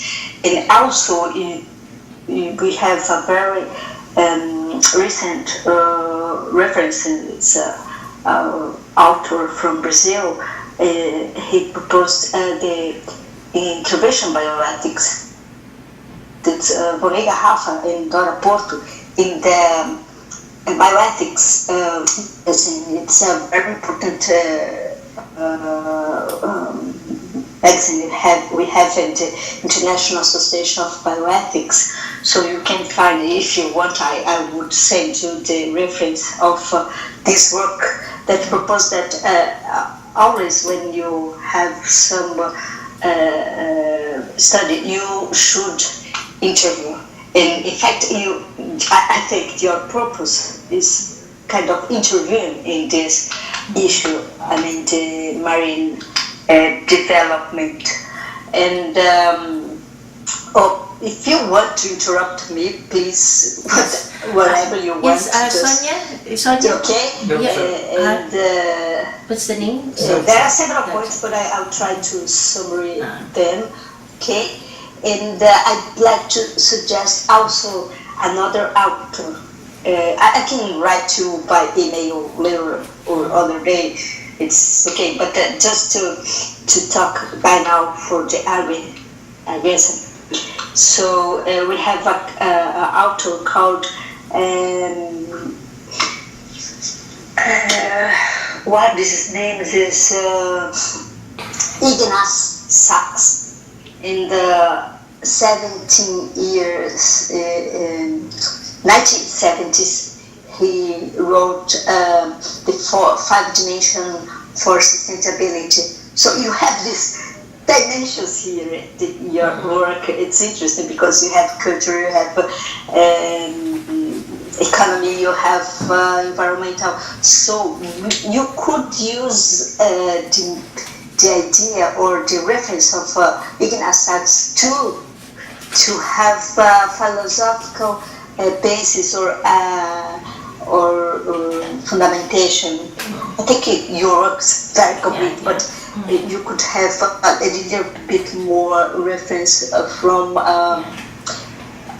bioethics. And I saw that you put a lot of challenges in threats, and it's very complete. I'd like to congratulate you for this work. Thank you. And Thank you for this. that's why I think you should include the Ignaz reference in this work too. Okay. And let's see, I had some more appointments. I see. One thing, you put something related to roll. It's a rolling on, rolling off, not? It's a kind of way of have the work at marina. But also is there the low, and I think you could include observation about this difference, because for example in Brazil, in some ports in Brazil, in I saw in Rotterdam, in other places, they have a low of way of manipulating marinas. So just to clarify, because I was very interested on this issue, but I had never seen before. So when I start to read your thesis, I need to access several things in internet, because I didn't know more about marine. So I think you could put some short thing clarifying that it's a specific way of doing this activity. Yes, I mean, so may I respond? to have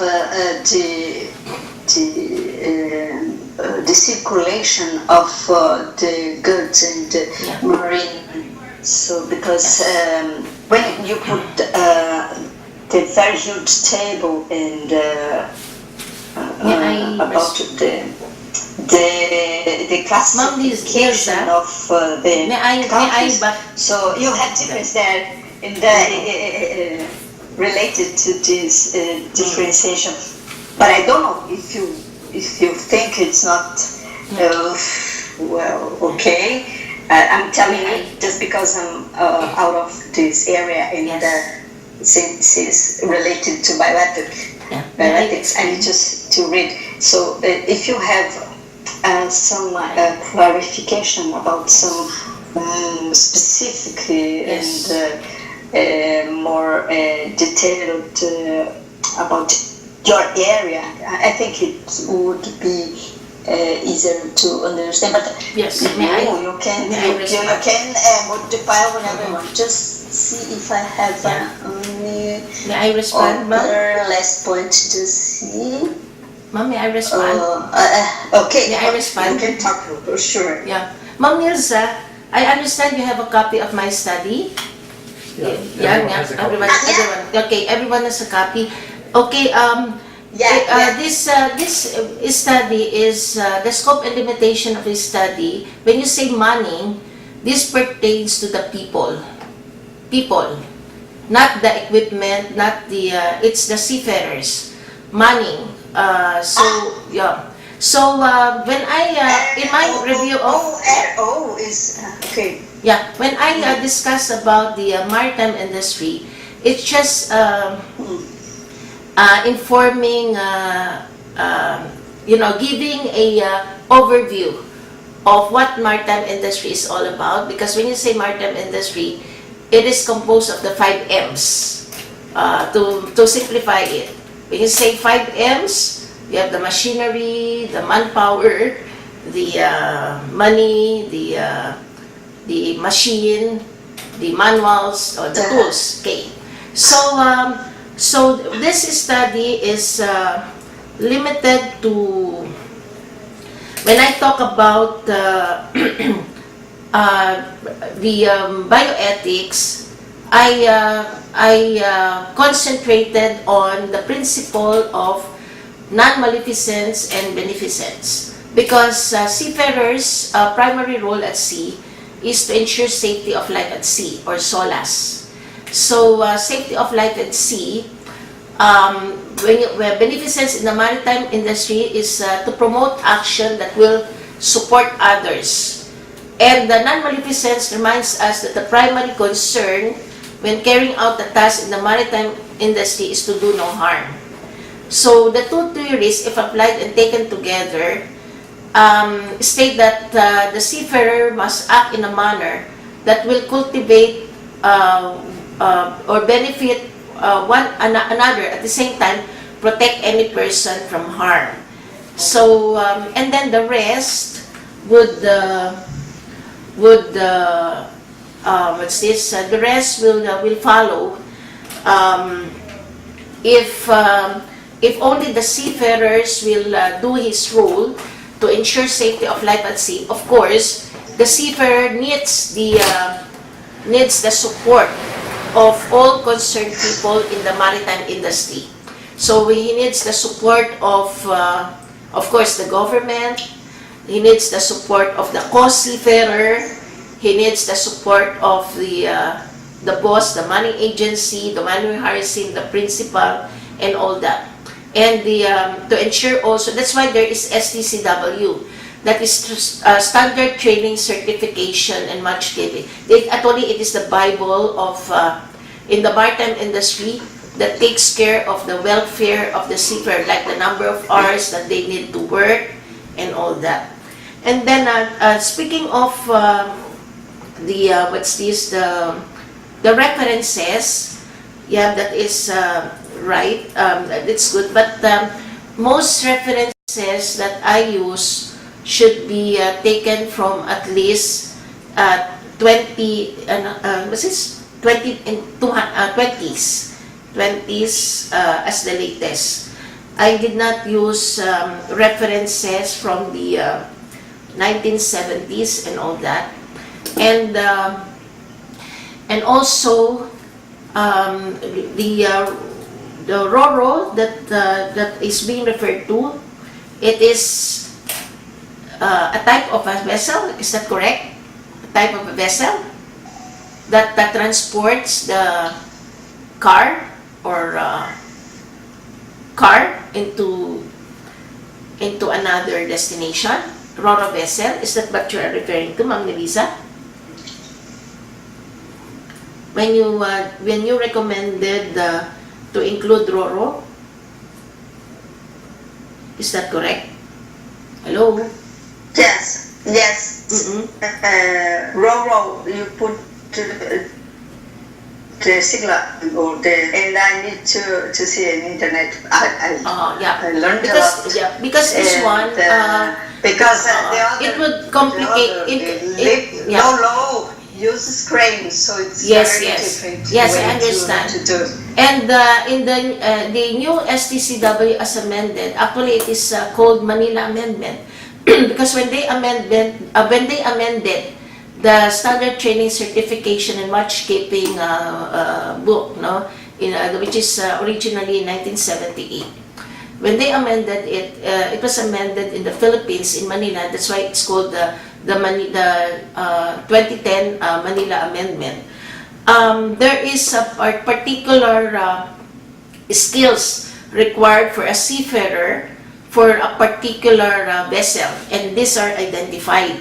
So for the RoRo, these are it would be, I think, another study, ma'am, because there are different kinds of ships or vessels that is not related to this study. Because what I would like just to generally, this study would like just to ensure that the quality education and training are being provided to the seafarer, which is general. So if the seafarer is involved in RoRo, cargo, or then they should be equipped with the skills required to handle that kind of vessel. So for this study, the proposed manning productivity gain cycle, what I would just like to emphasize is that if the seafarer are well trained, they are provided quality education and training, they are provided the needed equipment, infrastructure, or infrastructure technology needed. Then the Philippine development goals like the sustained growth, macroeconomic stability, international competitiveness, human resource development would be accomplished. And that would result to an overall economic growth of the country. And what is its implication to bioethics and care and health is that there will be peace. If there is peace, there is sustainability, there is global development in the country, then everybody is happy. And if everybody is happy, everybody would have a quality of life. And it has a domino effect, not only to the seafarer, but also to his family, to the boss or to the shipping company, and to the government in general. That's why there are 3 levels involved in the money productivity gain cycle. You can see there is an individual level, that's a seafarer's level. There is the shipping company or money agency, the one who recruits, who employs the seafarer. And there is the national level, who is responsible in putting everything in order, like the policies, guidelines, rules, and recommendation. And in the productivity cycle, there is a code or legend. And they must be integrated. They must work hand in hand.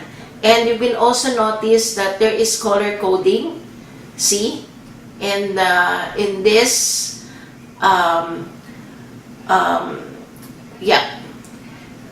just to show the effect, no?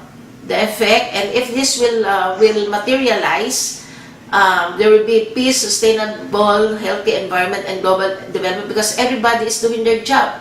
Everybody is applying the principle of maleficence and beneficence. They do not harm. They just think of the welfare of others, which benefits their everybody, because all of this composed of people, whether which have their respective duties and responsibilities. And if that happens, then everybody would be healthy in mind, healthy in spirit, healthy in any ways. So that is the essence of this study. Wow, congratulations. It's a great study. And Yes. I think, and now I understand you couldn't put all. Yes, because this is already So that's 133 why page. Ma'am, actually, when I defended Ma'am Nilsa, if you notice, developed by some old physician in the yes, 1970s, yes, which was analyzing the Baylon report, identified these 2 principles, including you could also use the principles bioethics. yes. And you could also even use the justice principle.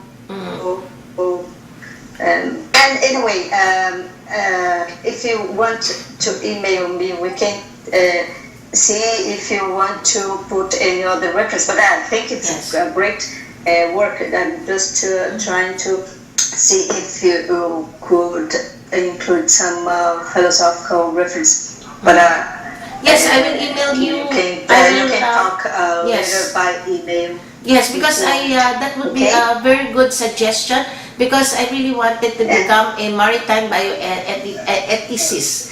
And I was really trying to check it out on what principle to use in this study, and to read also other bioethics philosophy.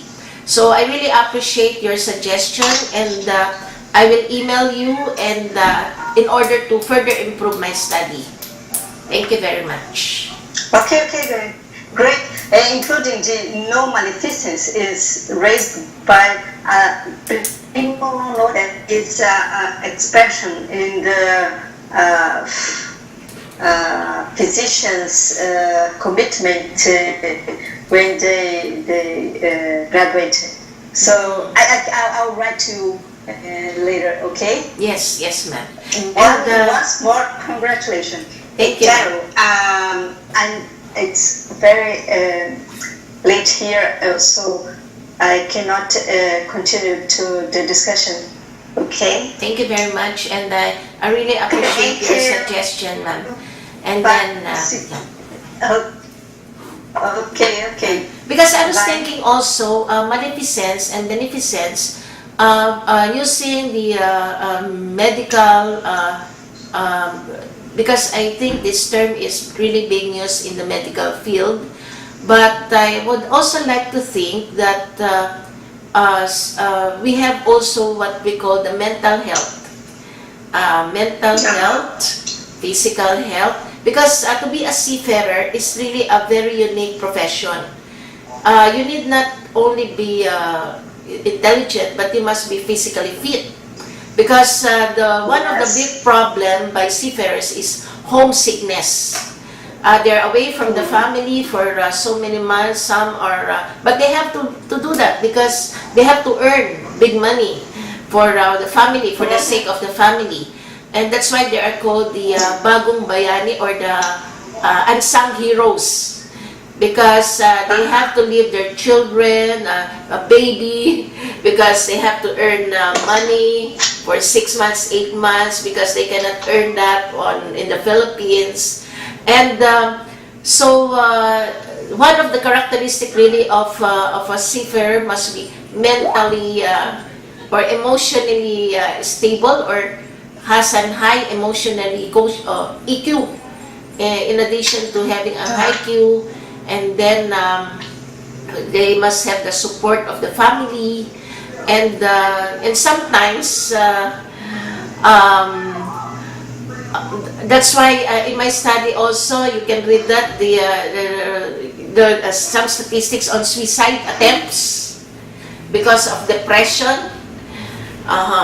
So that's why the support of everyone, even the family, are needed for this proposed manning productivity gain cycle. I really wanted to explain more, but I've given only 45 minutes because there is an explanation for each of the boxes, because there is a story behind all these boxes. And you might be surprised why I mentioned lower or competitive wage salary. Because when a seafarer will read that out, they don't like that, of course. But when you talk to the manning agency, they have their reason. But in a study, you have to put everything and try to analyze why is it they are saying that, the other one says it's like this, and then it's up to you to to analyze and interpret it. So there is a reason behind that.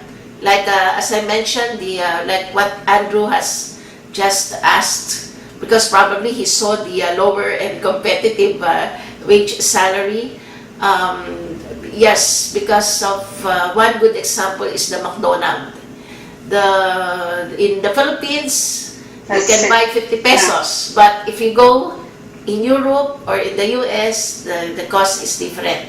So because of the cost of living, but even if the salary of Europeans, like 30,000, 40,000, I heard that most of the Filipinos, even if they just earn little, but they're able to buy house and lot, vehicle, because of the cost of living. In the Philippines, it's tax-free. If you're a seafarer, you don't have to pay tax. But in Europe, I think it's 50% or 40% goes to the government. Something like that. So it's really, it depends on the culture, the country where the seafarers stay. And probably that's also one of the reasons why Philippines is the manning capital of the world, because of the salary. It's but quality seafarers. So all of this, there are a lot of issues that were noted. And so it's really very difficult to analyze all those, but I tried to consider everything and come up with this proposal, because I believe there is a reason for everything, why they said that. So it explains. So that is the cycle. So greater government, so better infrastructure, something like that. So, and it turned out, if everybody is happy, there is a gain. Everybody gains in some other ways, no? And that would result to peace, sustainability, health, environment, and global development, which has an implications to bioethics and healthcare. because bioethics is a love of life, and the maritime industry is composed of people. Infrastructure, although it's just an infrastructure, but still, it is the people who is behind those computers. If everybody is happy, there is peace, there is no greed, that's why there is ethical policy also in recommendation for as a part of policy implication, policy in doing business. So everything is recommended as a policy, because because in the Philippines everything must be documented or recorded. That's all, ma'am. Thank you very much. Thank you, ma'am. So I will appreciate. Congratulations again. Thank Bye-bye. you. Bye. Any other questions, please?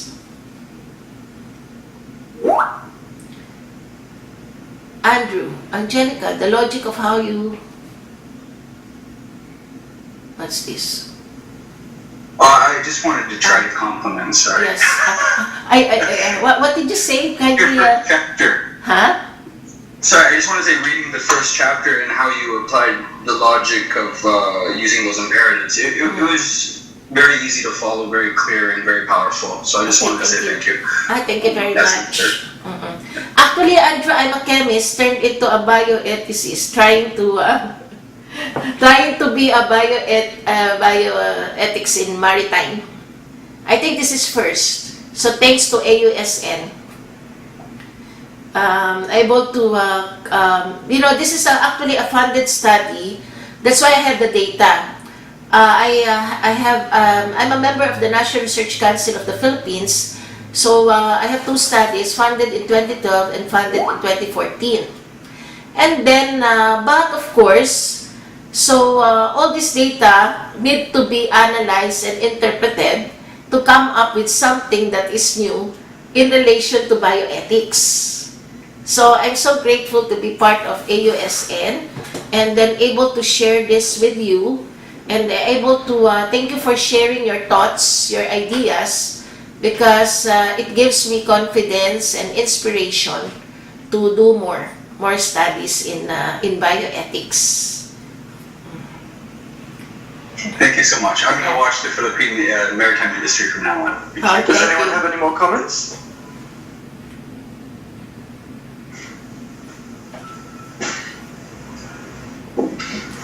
Ananya, Leo, there were eight in the...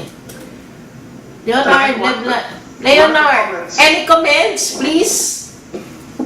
Hello, can you hear me? Yes, I can hear you. Yeah, one of the comments that May made is on the data for the SWOT analysis. And so I think generally your data is from 2010 through to 2014, but I think she was suggesting that it would be good to have 2017 data, but I guess it's difficult to get that data. It's usually several years behind. Yes, because that would be good, but that would probably, I will request for funding again, because you see, to get data from different agencies and to conduct activities, you need budget. The reason why I was able to get some of this data are because we conducted a number of activities, and I participated in a lot of conferences, and then I was able to discuss and talk with concerned people in the maritime industry. Like, imagine to gather all those seafarers people in one place. That's very difficult. But we can, if I have the time. Anyway, I have already generated this can be updated. And for all those who would like for example, in the Philippines, who would like to duplicate this one, or because I conducted similar study in 1999 to 2002, but the result is different. This one is another study, and again the result is different. So there is continuous improvement, because it was only that, the single maritime administration, that was a result of my study in 2012.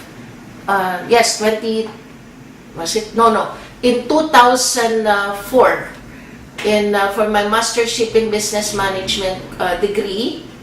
The recommendation is to come up with a single maritime administration.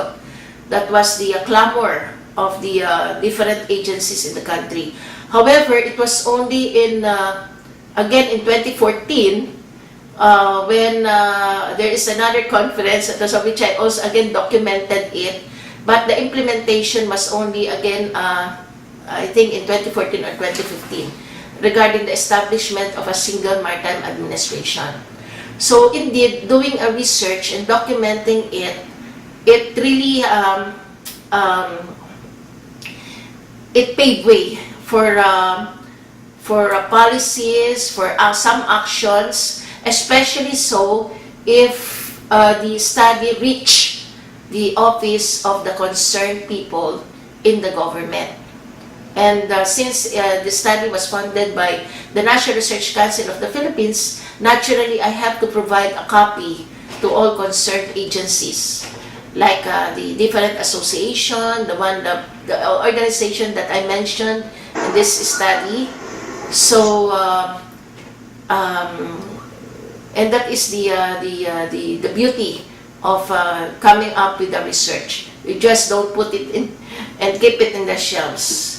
You disseminate the information, and for the improvement of the procedure policies or policies in the Philippines.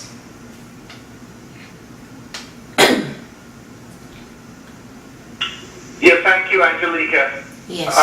Does anyone else have any comments? Len, do you have some comments or suggestions? Or other people as well? Thank you all for joining at this different time. Yes. Ananya, are you there?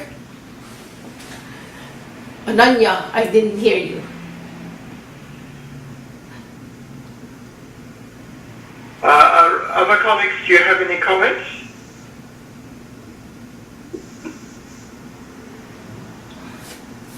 Thank Manuel, how do you think economics and ethics work together?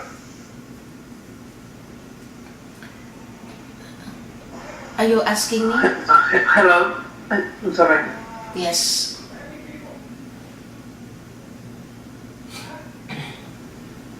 Yes? Manuel, go ahead. Hello, I'm sorry, I'm a little bit stunned by the hour.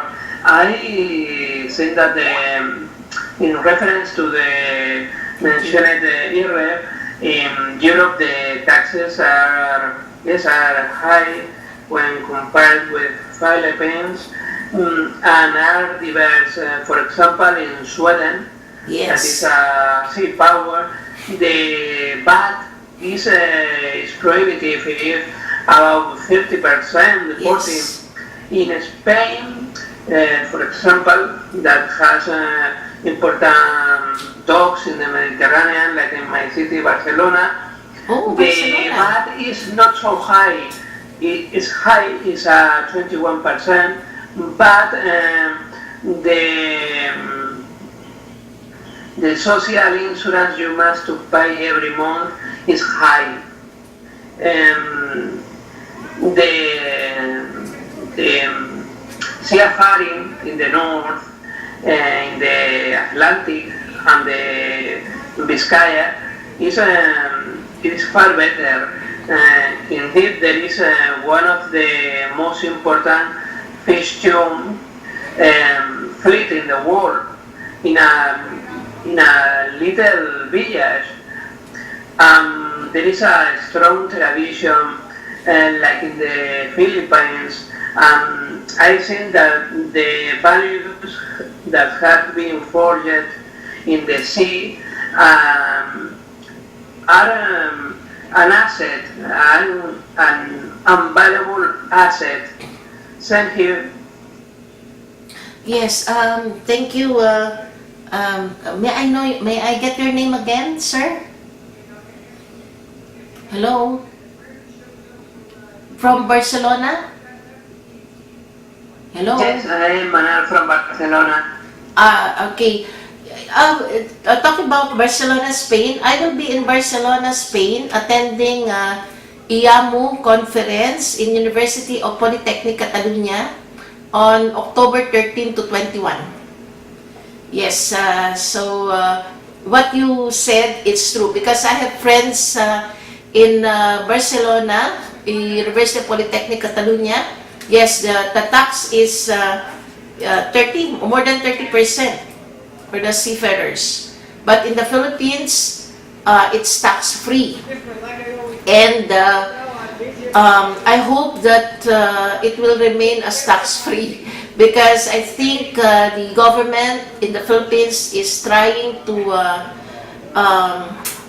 change the policy on that. They wanted to imitate or to apply similar tax that is being imposed by like Sweden and Spain in the Philippines. Because in the Philippines we have now the train tax, so many taxes, even government, private officers, if you have a certain salary, the highest the tax is 35%.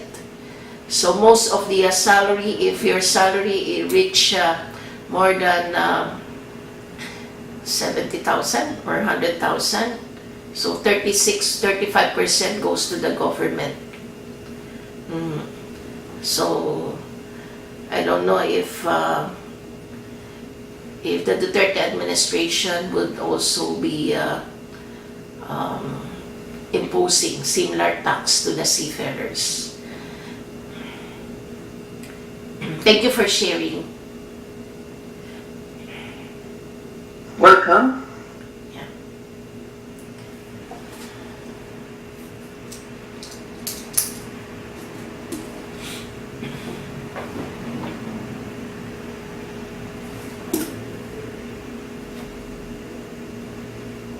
Do we have any other comments?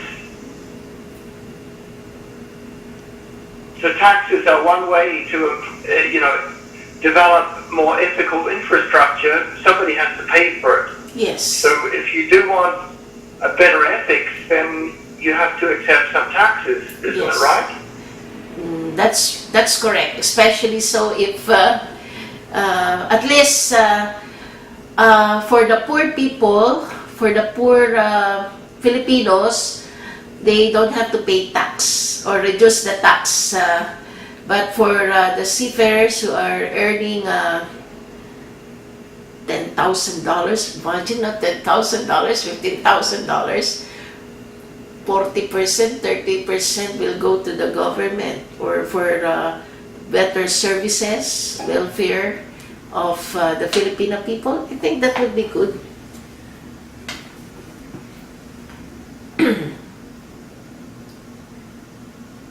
That's why there is ethics. There should a policy, ethical policy for maritime business. As long as it will not harm people. Oh, thank you, Melu.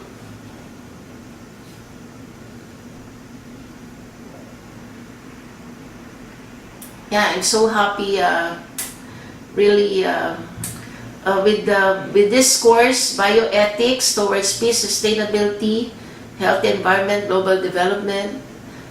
It made me think outside the box. It made me think what to do with the data that I have collected and try to contribute new ideas, no? And apply the principle that was, which I have learned from Daryl, from Professor Mazer, and from other professors, also from listening in YouTubes, reading various books, and So AUSN is really such a good university to learn and to share one's ideas and knowledge. Thank you, Angelica. And it's good that the love of life can be expressed in many ways, in many ways. And the love of the sea. Yeah. Okay, anybody else have any comments before we close?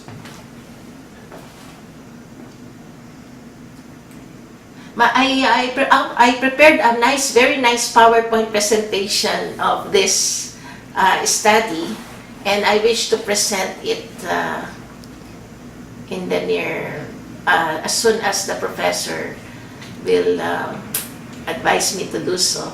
I have prepared a very nice PowerPoint presentation, so you will enjoy listening to my presentation because it's not heavy.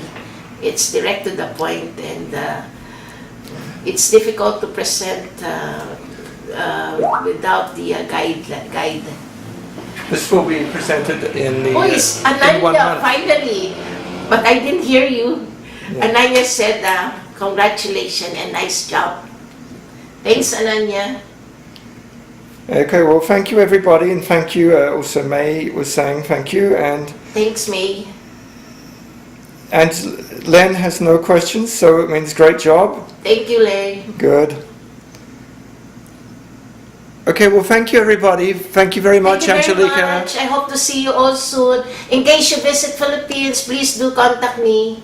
I will host you in the Philippines. Bye-bye. Thank you. Bye-bye.